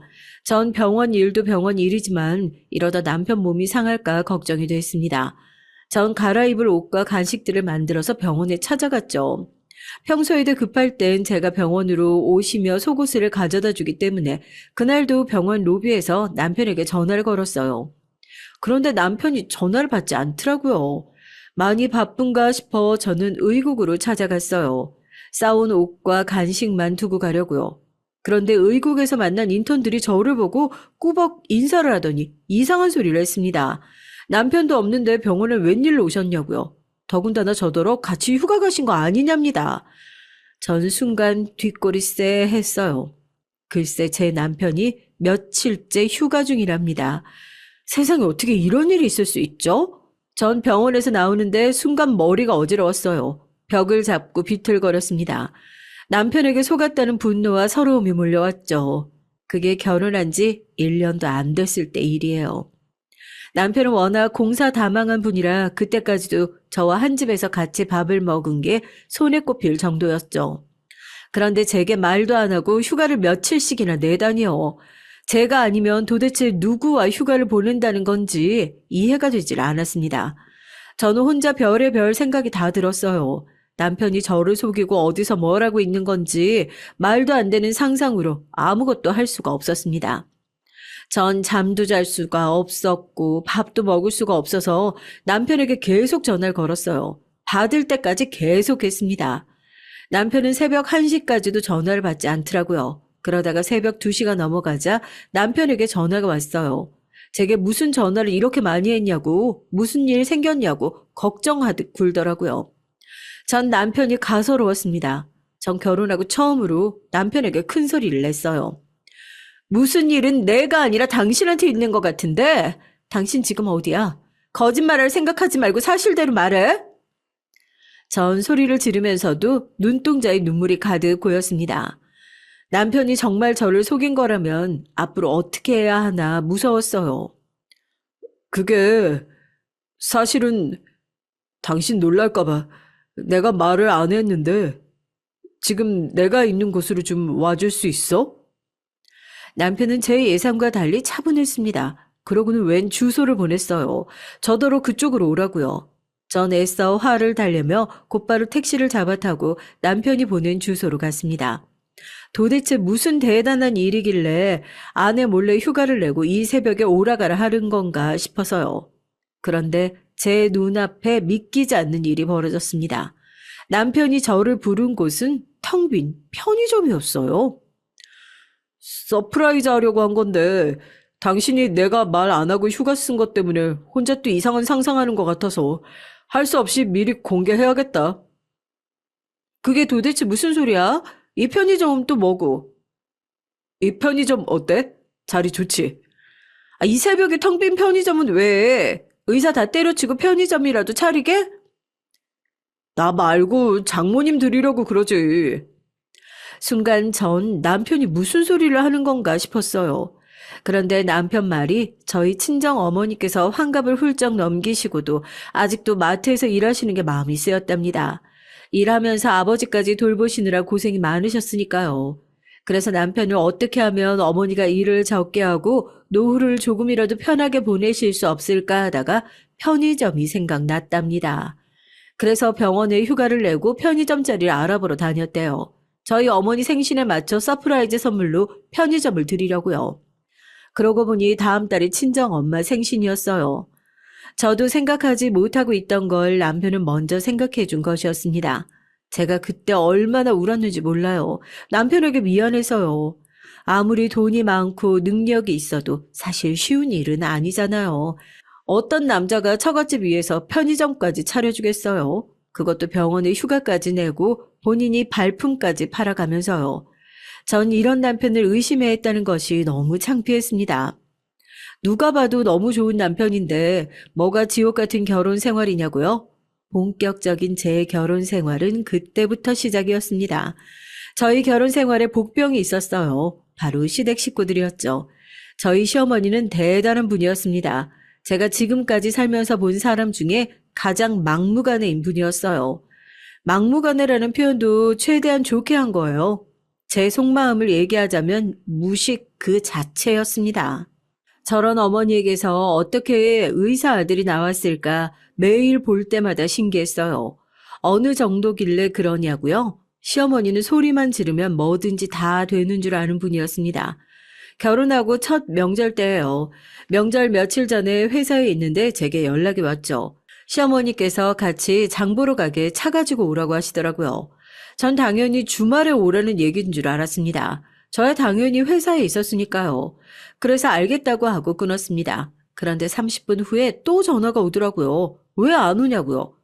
전 이 상황이 어이가 없었지만 애써 웃으며 말씀드렸습니다. 회사라 지금은 못 가고 주말에 가겠다고요. 그러자 시어머니께서 언성을 높이셨어요. 목소리가 얼마나 큰지 전화기가 터지는 줄 알았습니다. 대기업이면 뭐해? 대충 나와서 장만 보고 다시 들어가면 될걸. 그 잠깐 나오는 거 가지고 사람들 눈치나 보고? 어머니, 윗사람이든 아랫사람이든 회사에 출근하면 퇴근 시간까진 당연히 회사에 있어야죠. 제가 주말에 갈 테니까 그때 같이 장 보러 가요. 됐다. 주말에 가면 훨씬 더 비싸. 며느리라고 하나 있는 게 영 쓸데가 없네. 시어머니는 본인이 하실 말씀만 하고 전화를 그냥 끊어버렸습니다. 그런 일이 한두 번이 아니었어요. 제게 시어머니의 전화는 언제나 마른 하늘의 날벼락과 같았습니다. 한 번은 그런 적도 있었죠. 주말이라 오랜만에 친구와 영화관에 가려고 준비를 하고 있었어요. 남편은 출근했고요. 그런데 아침부터 시어머니가 집에 쳐들어왔어요. 말 그대로 정말 쳐들어온 느낌이었습니다. 전화도 안 하고 와서는 문을 열자마자 조카들을 현관으로 밀어 넣었죠. 시누이의 초등학생 조카들을요. 전 놀라서 눈이 휘둥그레져 있었는데 시어머니는 막무가내였습니다. 네 시누이가 여행을 가서 내가 내일까지 애들 봐주기로 했는데 약속이 있는 걸 깜빡했지 뭐냐. 네가 오늘 하루만 애들 좀 봐라. 네? 어머니, 저도 오늘 친구랑 영화 보기로 해서 나가야 되는데요. 미리 전화라도 주시지 그랬어요. 너는 왜 숙모가 돼서 조카들 하루도 못 봐줘? 아, 난 중요한 계모임이라 빠질 수가 없어. 그러니까 네가 영화 취소해. 시어머니는 자기 할 말만 해버리고는 도망치듯 가버렸습니다. 전 너무 기가 막혀서 말문이 막혔어요. 세상에 이 정도로 상식이 안 통하는 사람은 처음 봤습니다. 전 결국 친구와의 약속을 취소하고 조카들을 봤죠. 집에서 애들 밥 해주고 만화 영화를 같이 봤어요. 시간이 흐를수록 제가 지금 뭘 하고 있는 건가 싶었습니다. 거기다가 시어머니는 조카들이 잠들 때까지 전화도 한 통을 하질 않았어요. 전 짜증이 나서 신우에게 전화를 했죠. 신우이는 제가 2번이나 전화를 걸었는데도 전화를 안 받더니 뒤늦게 12시가 넘어서야 전화가 걸려왔어요. 올케, 나 친구들하고 여행 갔다는 소리 못 들었어? 주말 저녁에 왜 자꾸 전화를 하고 그래?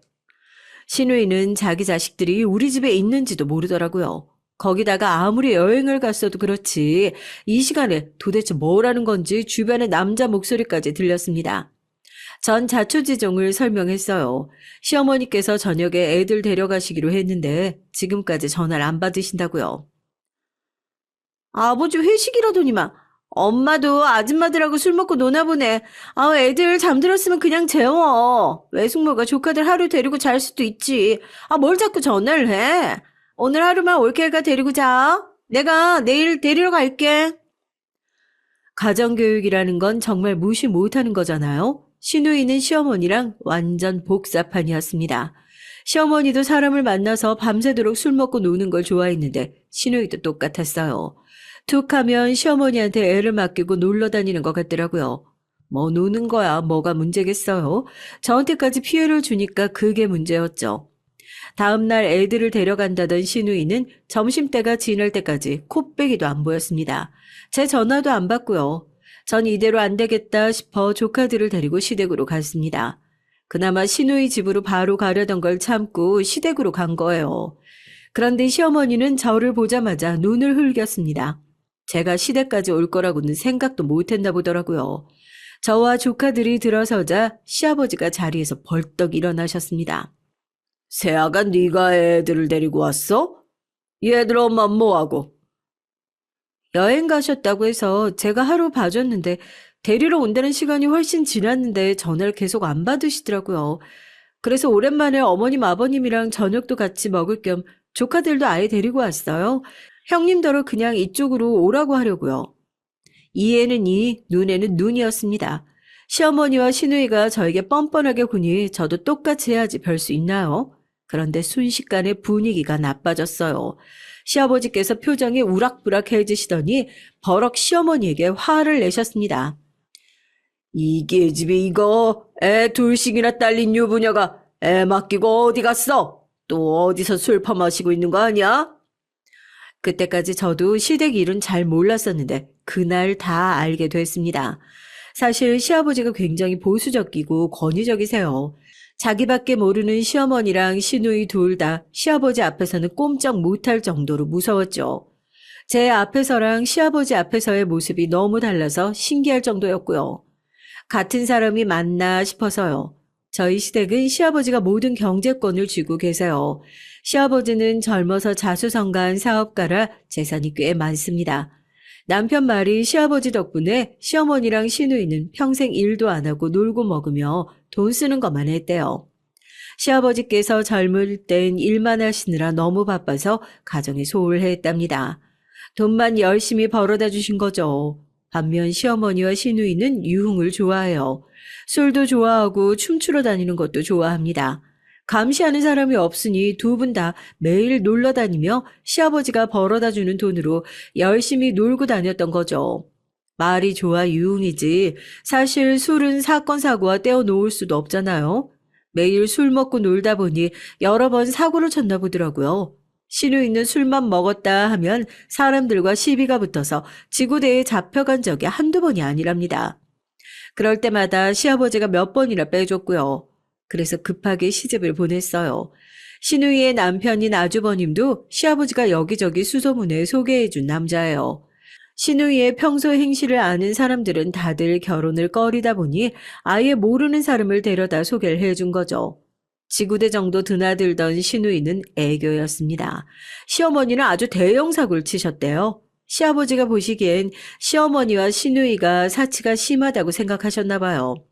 언젠가부터 시아버지께서 집안 단속하시며 잔소리를 심하게 하셨는데요. 전처럼 모임이나 술자리도 못 가게 하고 카드 한도도 확 줄여버렸답니다. 지금까지 살아오던 습관이 있었으니 시어머니는 너무 답답하셨나 봐요. 방법을 바꿔서 대낮에 춤을 추러 다니셨대요. 댄스 스포츠야 건강에도 좋은데 뭐가 문제냐고요? 문제는 거기서 만난 아저씨들에게 매일 술이며 밥을 얻어먹고 다니셨다는 겁니다. 옷 같은 선물도 받고요.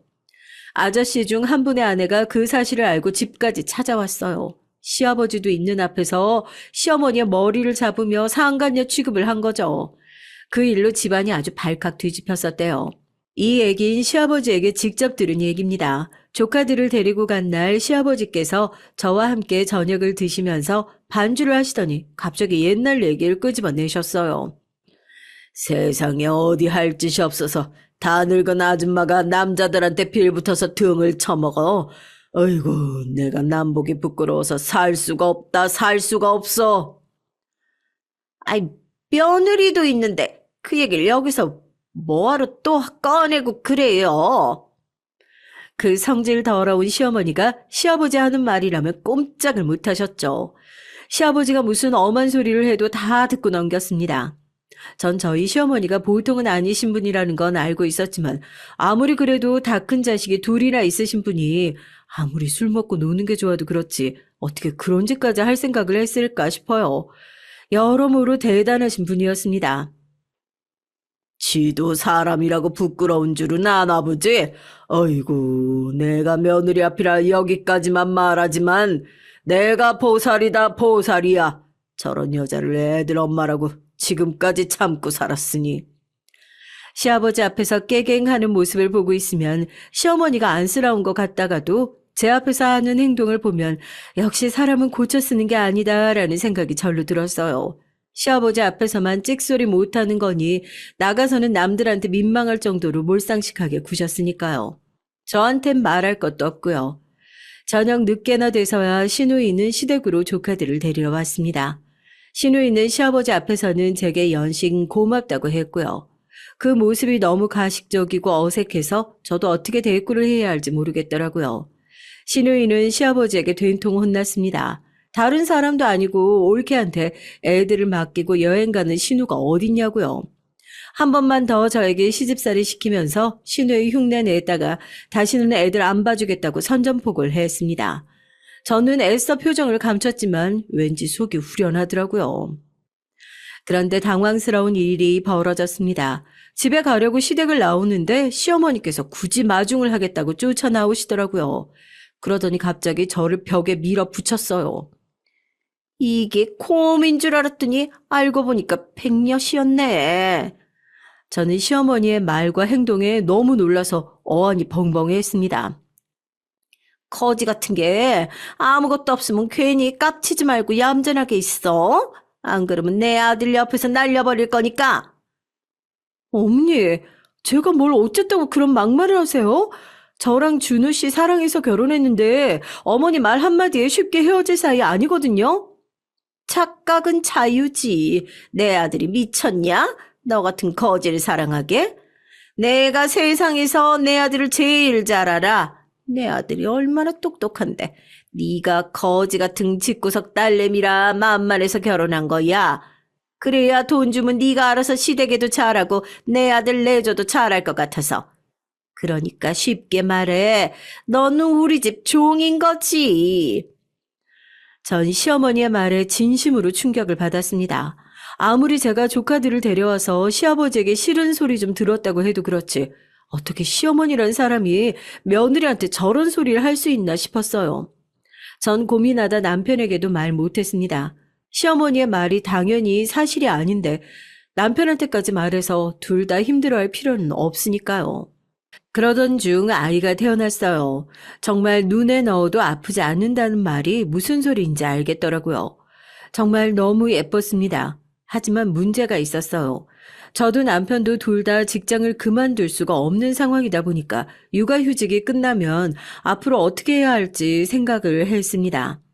천상 동네의 어린이집에 보내야 하는데 제가 퇴근하고 집에 올 때까지 봐주는 어린이집은 없었어요. 제가 퇴근하고 올 때까지 아이를 봐줄 분이 필요했습니다. 전 고민 끝에 친정 어머니께 부탁할 생각이었죠. 당시에 남편이 선물해준 편의점을 맡아서 하고 계셨는데 저희 딸아이를 봐주실 때만 아르바이트를 쓰자고 부탁을 드렸어요. 제가 용돈을 더 챙겨드리겠다고요. 그런데 그 사실을 알게 된 시어머니가 쪼르르 바로 달려오셨습니다. 이젠 저도 무섭더라고요. 시어머니가 또 무슨 소리를 할까 싶어서요. 너는 딸이라는 애가 참 못됐다. 아이, 너희 친정은 아픈 아버지도 있는데다가 먹고 살기도 힘들어서 식구들이 다 나가서 일하느라 바쁜데 거기다가 네 딸까지 맡기고 싶니? 그래도 상황이 예전보다 많이 좋아지셔서 어머니가 데려가서 봐주시는 건 괜찮다고 하셨어요. 됐다. 그 좁은 집에 뭐하러 우리 손녀를 맡겨 답답하게. 그냥 내가 봐줄 테니까 놔둬라. 저는 시어머니에게 맡기고 싶지 않아 극구 괜찮다고 거절했습니다. 그러자 시어머니는 그게 또 마음에 안 들었는지 버럭하시더라고요. 나 우리 손녀 공짜로 봐줄 거야. 근데 너희 친정은 용돈 드려야 할 거 아니야? 내 아들이 병원에서 힘들게 번 돈 너 자꾸 친정에 퍼줄래? 저는 화가 나고 서러웠지만 대꾸할 말이 없었어요. 시어머니 말이 안 있고도 맞는 말이니까요. 어머니, 제발 말 좀 함부로 하지 마세요. 저도 돈 벌어요. 어머니 아들만큼은 아니어도 웬만한 직장인보다 연봉도 높다고요. 저희 애 봐주시면 당연히 용돈 드릴 수 있는 거지. 어쩜 말을 그렇게 꼬아서 하세요? 아무리 맞는 말이라고 듣고 싶지 않은 소리에 가만히 있고 싶진 않았습니다. 하지만 결국 시어머니가 이겼어요. 친정 아버지께서 상태가 많이 안 좋아지셔서 어머니가 아버지 곁에 비울 수 있는 상태가 아니었죠. 전 시어머니에게 딸을 맡길 수밖에 없었습니다. 그렇게 지금까지 딸아이를 시어머니가 봐주셨어요.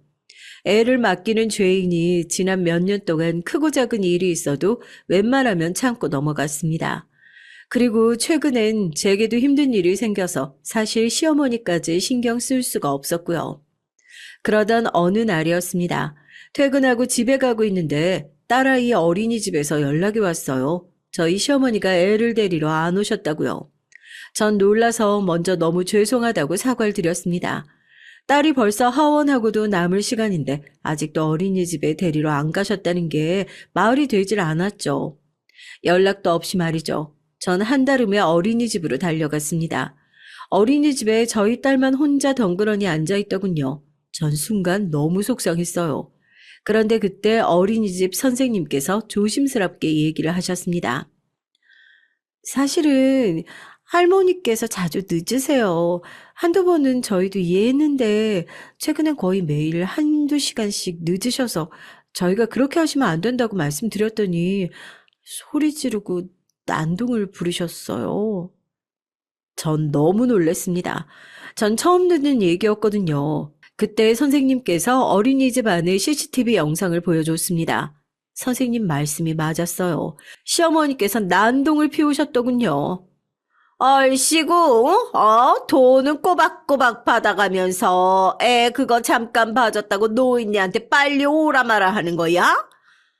할머니, 빨리 오시라는 게 아니라 수업이 끝나는 시간에 맞춰서 와주셔야 한다는 거예요.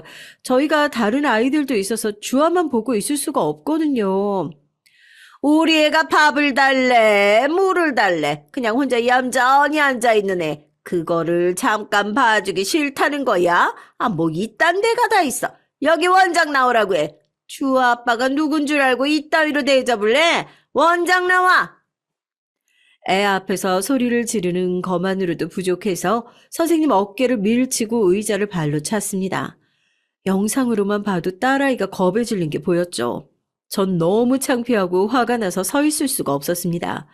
전 선생님들에게 허리 숙여 사과를 드리고 다시는 이런 일이 없도록 하겠다고 했어요. 그리고 집에 돌아오는 길에 딸아이에게 물었습니다.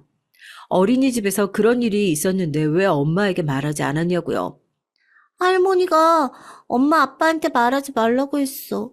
말하면 할머니 이제 집에 못 온다고. 그럼 내가 혼자 어린이집 가고 끝나면 집에도 혼자 와야 한대. 전 화가 났습니다. 무식하고 자기 멋대로인 분이라는 건 알았지만 이 정도로 정신에 문제가 있는 사람인 줄은 몰랐거든요. 전 씩씩거리며 집에 돌아왔습니다. 시어머니와 한판 해야겠다 싶어 딸아이도 아예 친정에 맡기고 왔어요. 오늘 밤은 도저히 그냥 지나갈 수가 없었거든요. 제가 지금까지 제 마음을 숨기고 얼마나 꾹꾹 누르며 참고 있는데 이런 저를 건드리나 싶어서요. 그런데 집안 상황은 더 어이가 없었습니다. 시어머니가 혼자가 아니었어요. 시누이랑 같이 있더라고요. 전 시누이고 뭐고 보이지 않았습니다. 시어머니에게 다가가 쏘아붙였죠. 어머니, 이러시면 안 되죠. 애를 봐주시기로 했으면 똑바로 보셔야죠. 저 지금 선생님이랑 원장님께 사과드리고 오는 길이에요. 어머님이 잘못하시고 선생님들한테 행패 부리시면 어떡해요? 옳게, 진짜 못됐다. 우리 엄마가 옳게 애 보느라고 얼마나 고생하는데 말을 그따위로 해? 됐어. 오늘은 내가 시간을 착각했어. 애미야, 내가 잘못했다. 다음엔 절대 안 까먹으마. 이상했습니다. 이건 제가 생각한 반응이 아니었어요. 분명 평소에 시어머니라면 제게 막말을 퍼부으며 머리끄덩이라도 잡으려고 달려들었어야 맞는데 갑자기 제 편을 드셨어요. 전 순간 기분이 좋지 않았습니다. 등에 소름이 돋는 것 같았어요. 역시 제 촉이 맞았어요. 시어머니가 순순히 제게 잘못했다고 말할 위인이 아니었거든요. 제게 부탁할 것이 있어서 잘못한 척 군 겁니다. 부탁할 게 뭐냐고요? 글쎄 저더러 시누이 좀 데리고 있으라네요. 전 기가 차서 말도 나오지 않았습니다. 사실은 네 시누이 이혼한 거 아직 너희 시아버지한테 말 못했어. 알잖아. 너희 시아버지 성질 고약한 거. 얘가 바람 피워서 이혼당한 거 알면 얘 머리 다 뽑힐 거다. 네, 그랬습니다. 얼마 전 집안이 또 한 번 발칵 뒤집혔었어요. 시누이는 그렇게 매일 술 먹고 놀러 다니더니만 바람이 난 거였습니다. 결국 이혼까지 당했고요. 애들도 다 뺏기고요. 말해봐야 제 입만 더러워지는 것 같아서 말하고 싶지도 않습니다. 정말 상식이라고는 없는 거지 같은 집구석이에요. 엄마, 나더러 동생네 얹혀 살려는 거야? 아우, 빨리 오피스텔이라도 하나 사주면 되잖아. 조용히 해, 좀, 내가 너희 아버지 아니면 돈이 어딨어. 분위기 봐서 기분 좋을 때 얘기할 테니까. 그러게 백수 주제에 어디서 바람을 피워. 어이구, 속 터져. 위자료도 한 푼도 못 받아서 애들도 뺏겨. 내가 너 때문에 얼굴을 들고 살 수가 없다. 언제는 절대 들키지만 않으면 되는 거라고 그러더니만. 위자료 못 받고 나왔다고 이렇게 사람을 무시해? 그러니까 들키질 말았어야지, 이년아. 암튼 네 아버지 주머니에서 돈 나올 때까지 네 옳게 말 잘 듣고 있어. 주아도 좀 잘 봐주고. 세상에 사람 탈을 쓰고 어떻게 저렇게 뻔뻔할 수가 있을까요? 바로 얼마 전에 저더러 지지리도 가난한 친정 어쩌고 하면서 막말을 퍼부으시더니만 이제 와서 저더러 시누이를 데리고 살려네요. 시누이도 시어머니도 정말 천박하고 싫었습니다. 시어머니는 제 속도 모르고 제 손을 지그시 잡더라고요. 애미야, 내가 지금까지 우리 주아 얼마나 지극정성으로 키웠냐. 그러니까 이번엔 네가 나 좀 도와준다 생각해. 우리 애 너무 불쌍하지 않니? 네가 당분간 좀 데리고 같이 살아. 타이밍이 기가 막혔습니다. 때마침 남편이 집에 들어오더라고요. 전 남편 얼굴을 보자마자 피식 웃었습니다. 그리고 시어머니의 손을 아주 세게 뿌리쳤어요. 그리고 내내 준비했던 말을 했죠. 어머니는 가만 보면 참 부끄러운 줄을 모르세요. 바람 피우는 더러운 년을 저더러 어떻게 데리고 살라는 거예요? 전 절대 우리 주아랑 저 더러운 년이랑 같이 사는 꼴 못 봐요. 뭐야, 너? 내가 이렇게까지 얘기했는데 감히 내 딸한테 더러운 년? 시어머니는 제게 달려들었습니다. 금방이라도 제 머리끄덩이를 잡으려고 했죠. 제가 이 정도 각오도 안 하고 시누이에게 욕을 퍼부었을까요? 이미 제 마음은 단호했습니다. 무서울 거 없었어요. 전 시어머니를 밀어버렸습니다. 그리고 소리쳤어요. 당신이야말로 자식 새끼들 젖따위로 키워놓고 어디 감히 나한테 손을 대? 나 이제 당신 며느리 안 해. 당신 미쳤어? 지금 우리 어머니한테 뭐 하는 거야? 시어머니가 바닥에 넘어지며 남편에게 우는 소리를 했습니다. 아이고 아이고를 연신 울부짖으며 자기 팔자로 운운했죠. 남편은 그런 시어머니를 부축하며 제게 소리를 질렀습니다. 전 남편을 쏘아봤어요. 그러고는 시어머니를 향해 똑부러지게 말했습니다. 나 당신 아들이랑 지금 당장 이혼할 거야. 아예 온 김에 네 딸이랑 네 아들까지 다 데려가. 뭐 이혼? 아니 니까짓 게 내 아들이랑 어떻게 이혼을 해? 해도 내 아들 집인데 내가 나가야지. 웃기고 있네. 어머니 아들이 결혼하고 나서부터 지금까지 날 속이고 기만한 거 나한테 다 증거 있어요. 이혼하면 이 집뿐만 아니라 어머니 아들 재산도 다 내가 뺏어올 거니까 기대하세요. 이게 다 무슨 소리냐고요? 사실 제가 몇 달 전부터 준비하고 있던 일이 있어요. 남편과 이혼 소송을 하기 위해 전 칼을 갈고 있었습니다. 남편의 불륜 사실을 안 건 여름 휴가 때예요. 남편은 올해는 꼭 저와 딸과 함께 휴가를 가겠다고 약속을 했습니다. 그런데 이번에도 일이 바쁘다는 핑계로 가지 못했죠. 전 이제 그러려니 했습니다. 대단하신 암센터장을 목표로 하는 남자와 사니 이해해야 한다고 생각했죠. 그래도 제게는 딸이 있으니 전처럼 외롭진 않았어요. 딸과 둘이 행복한 시간을 보내면 되니까요. 그런데 제가 이상한 소리를 들었습니다. 남편을 소개해줬던 제 친구에게서 연락이 왔어요. 오랜만에 연락이 왔길래 전 반가웠습니다. 그런데 친구가 제게 할 말이 있는데 고민하는 눈치였습니다. 저는 왜 그러냐고 할 말이 있으면 편하게 하라고 했더니 그러자 친구가 고민 끝에 얘기를 해주는데 그 말이 충격적이었습니다. 너한테 말해야 되나 말아야 되나 너무 고민했는데 아무래도 이상해. 네 남편 뒤 좀 캐보는 게 좋을 것 같아. 처음엔 저도 친구에게 화를 냈죠. 무슨 소리를 하는 거냐고. 그래서 친구 말이 자기 밑에 후배 간호사들끼리 하는 얘기를 우연히 들었는데 간호사들이 제 남편 얘기를 하는 것 같았답니다. 그래서 친구가 꼬치꼬치 물었대요. 그런데 내용이 말도 안 된다네요. 제 남편이 어린 간호사들 SNS를 보고 그 간호사들 친구들에게 따로 연락을 했다는 겁니다. 누구 간호사랑 같이 일하는 의사라고 접근해서 만나자고 했대요. 6개월만 애인 해주면 원하는 걸 다 사주겠다면서요. 언제부터 그런 짓을 했는지 모르지만 같은 연락을 받은 친구가 한둘이 아니랍니다. 저도 처음엔 당연히 믿지 않았죠. 워낙 큰 병원이니 다른 의사 얘기를 제 친구가 잘못 들은 것일 수도 있고 아니면 말도 안 되는 헛소문일 거라고요. 하지만 불안한 마음은 감출 수가 없었습니다.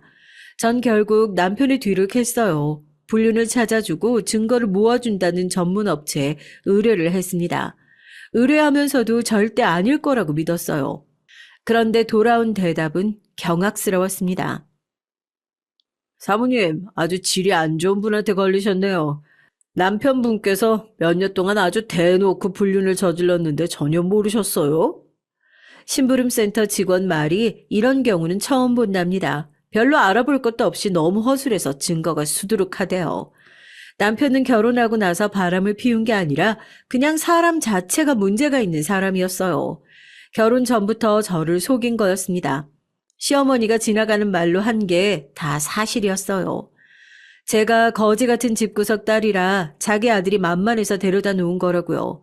저더러 착해 보인다고 이상형이라고 했던 말이 이런 뜻이었던 거죠. 친정에 돈만 주면 제가 알아서 말 잘 듣고 자기가 하고 싶은 대로 살 수 있으니까요. 심부름센터에서 조사한 내용을 듣는데 전 토할 뻔했습니다. 남편이 정말 제가 알던 사람이 맞나 싶어서요. 남편은 변태 사이코였습니다. 젊은 여자라며 환장하는 놈이었어요. 결혼 전에 저와 연애할 때부터 지금까지 SNS로 수도 없이 많은 젊은 여자들에게 의사라는 직업을 내세우면서 따로 연락을 해대고요.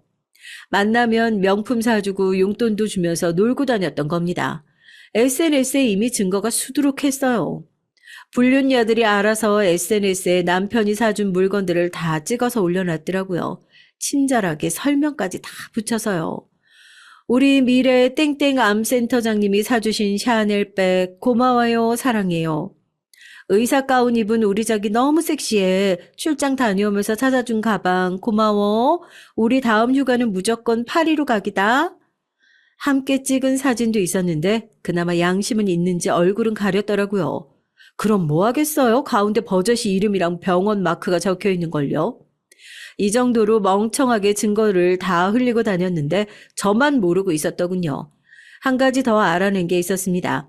현재 같은 병원에 다니는 간호사와도 불륜 사이였어요. 저도 아는 간호사였죠. 가끔 병원에 갔을 때 본 적이 있었습니다. 저에게 사모님 하면서 얼마나 친한 척 굴었는지 몰라요.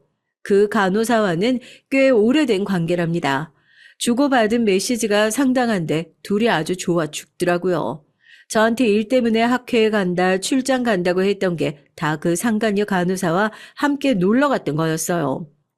거기다가 남편이 친정 어머니 주겠다고 편의점을 샀던 거마저도 거짓말이었습니다. 친정 어머니에게 편의점을 준 건 사실이었지만 그걸 알아보겠다고 휴가를 낸 건 아니었어요. 편의점은 원래 본인이 가지고 있던 거였습니다. 목이 좋은 자리라 투자 목적으로 가지고 있었는데 생각보다 장사가 안 돼서 팔려고 내놨다가 몰래 휴가를 쓴 게 들통났으니 친정 어머니를 주기 위해 알아본 것처럼 꾸며낸 거였어요. 정말 온몸에 소름이 돋았습니다. 그래놓고 그 간호사님과 골프를 치러 다녀온 거였어요. 처음 남편의 진실을 알았을 땐 며칠 동안 끙끙 앓았습니다. 너무 힘들었어요. 하지만 금방 털어내야 했습니다.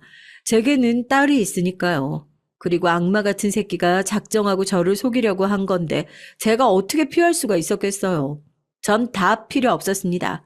제 딸과 행복하게 살기만 하면 되니까요. 그래서 완벽한 이혼을 하기 위해 전 만만의 준비를 했습니다. 그날 전 남편과 시어머니 시누이를 쫓아냈어요. 남편은 순순히 나갔습니다. 남편도 제가 자신의 진실을 어디까지 알고 있는 건지 전혀 가늠할 수 없으니 작전 회의가 필요했겠죠. 하지만 이미 늦었습니다. 저는 며칠 뒤 바로 이혼 소송을 했어요. 그리고 남편은 혼인빙자 사기죄로 고소도 했고요. 남편이 처음부터 계획적으로 저에게 접근했고 결혼 전부터 결혼 이후에도 저를 속이고 여자들을 만나온 증거를 제출했습니다. 그 이후 어떻게 됐냐고요? 위너는 저였죠. 남편이 생각보다 재산이 많더라고요. 시아버지께서 남편이 의사가 된 이후 물려주신 재산이 많았어요. 땅이며 건물, 지금 사는 아파트까지 다 해서 50억이 넘었습니다. 전 딱 절반인 25억을 받았어요. 거기서 끝이 아닙니다. 전 상간녀 소송까지 걸었죠. 남편이 결혼 이후 만난 여자가 10명이 넘더라고요. 10명 모두에게 소송을 걸었습니다. 증거는 차고 넘쳤으니까요. 아직도 소송 중이지만 전 매우 즐겁습니다. 앞으로 전 일을 안 해도 상간녀들한테 합의금만 받아도 먹고 살 수 있을 것 같더라고요. 그쯤 되니 남편이 제 노후를 미리 준비해줬다는 생각까지 들더라고요. 제 복수는 아직 끝나지 않았습니다. 남편은 제 결혼 생활을 송두리째 짓밟았어요. 이대로 순순히 돈만 받고 물러나 줄 수는 없었죠. 전 남편의 오래된 꿈까지 무참히 짓밟았습니다. 대한병원협회에서 만드는 신문이 있어요. 의사들은 다 보는 신문이죠. 거기 기자에게 전화해서 저희 남편의 기사를 팔았습니다. 타이틀은 이랬죠. 유명 대학병원의 차기 암센터장으로 유력했던 교수가 치욕스러운 불륜 스캔들의 주인공이 됐다. 남편은 20년 넘게 근무했던 병원에서 잘렸습니다. 의사가 아무리 잘나봐야 직장인인데 병원 이미지 실추시켰으니 당연히 잘릴 수밖에 없죠. 기사가 나가자마자 시어머니와 남편이 저를 찾아왔어요. 제발 애미야, 자식 생각해서 이러면 안 된다. 내가 이렇게 무릎 꿇고 빌게. 제발 정정기사만 내줘, 제발. 여보, 내가 센터장이 돼야 우리 주와 위자료도 주고 양육비도 많이 주지. 제발 한 번만 더 생각해줘. 개소리하고 있네. 나 이미 지금 있는 재산만으로도 우리 주와 평생 잘 키울 수 있어. 그리고 너 같은 애비 필요 없다니까? 다신 우리 주와 부르지도 마. 너무 간사하고 소름이 끼칠 정도로 재수없어서 남편 얼굴에 소금을 한 바가지 뿌려줬습니다. 다시 제 앞에 나타나면 그때는 아주 고춧가루를 뿌려준다고 했어요. 전 이혼 이후 딸과 잘 살고 있습니다. 친정 부모님은 같이 살자고 하시지만 당분간은 딸과 둘이 여행 다니면서 둘만의 시간을 보내고 싶어요. 앞으로 이 험한 세상 딸과 둘이 잘 헤쳐나가야 하니까요. 전 비록 이혼은 했지만 결혼으로 배운 것이 많습니다. 뭐든 참지 말고 내가 하고 싶은 대로 나만 생각하면서 사는 게 가장 좋은 인생이라는 걸 말이죠. 여러분도 자식이니 남편이니 생각하지 마시고 오로지 자신의 행복이 무엇인지 생각하시면서 사시길 바랍니다. 지금까지 저의 긴 얘기 들어주셔서 감사합니다.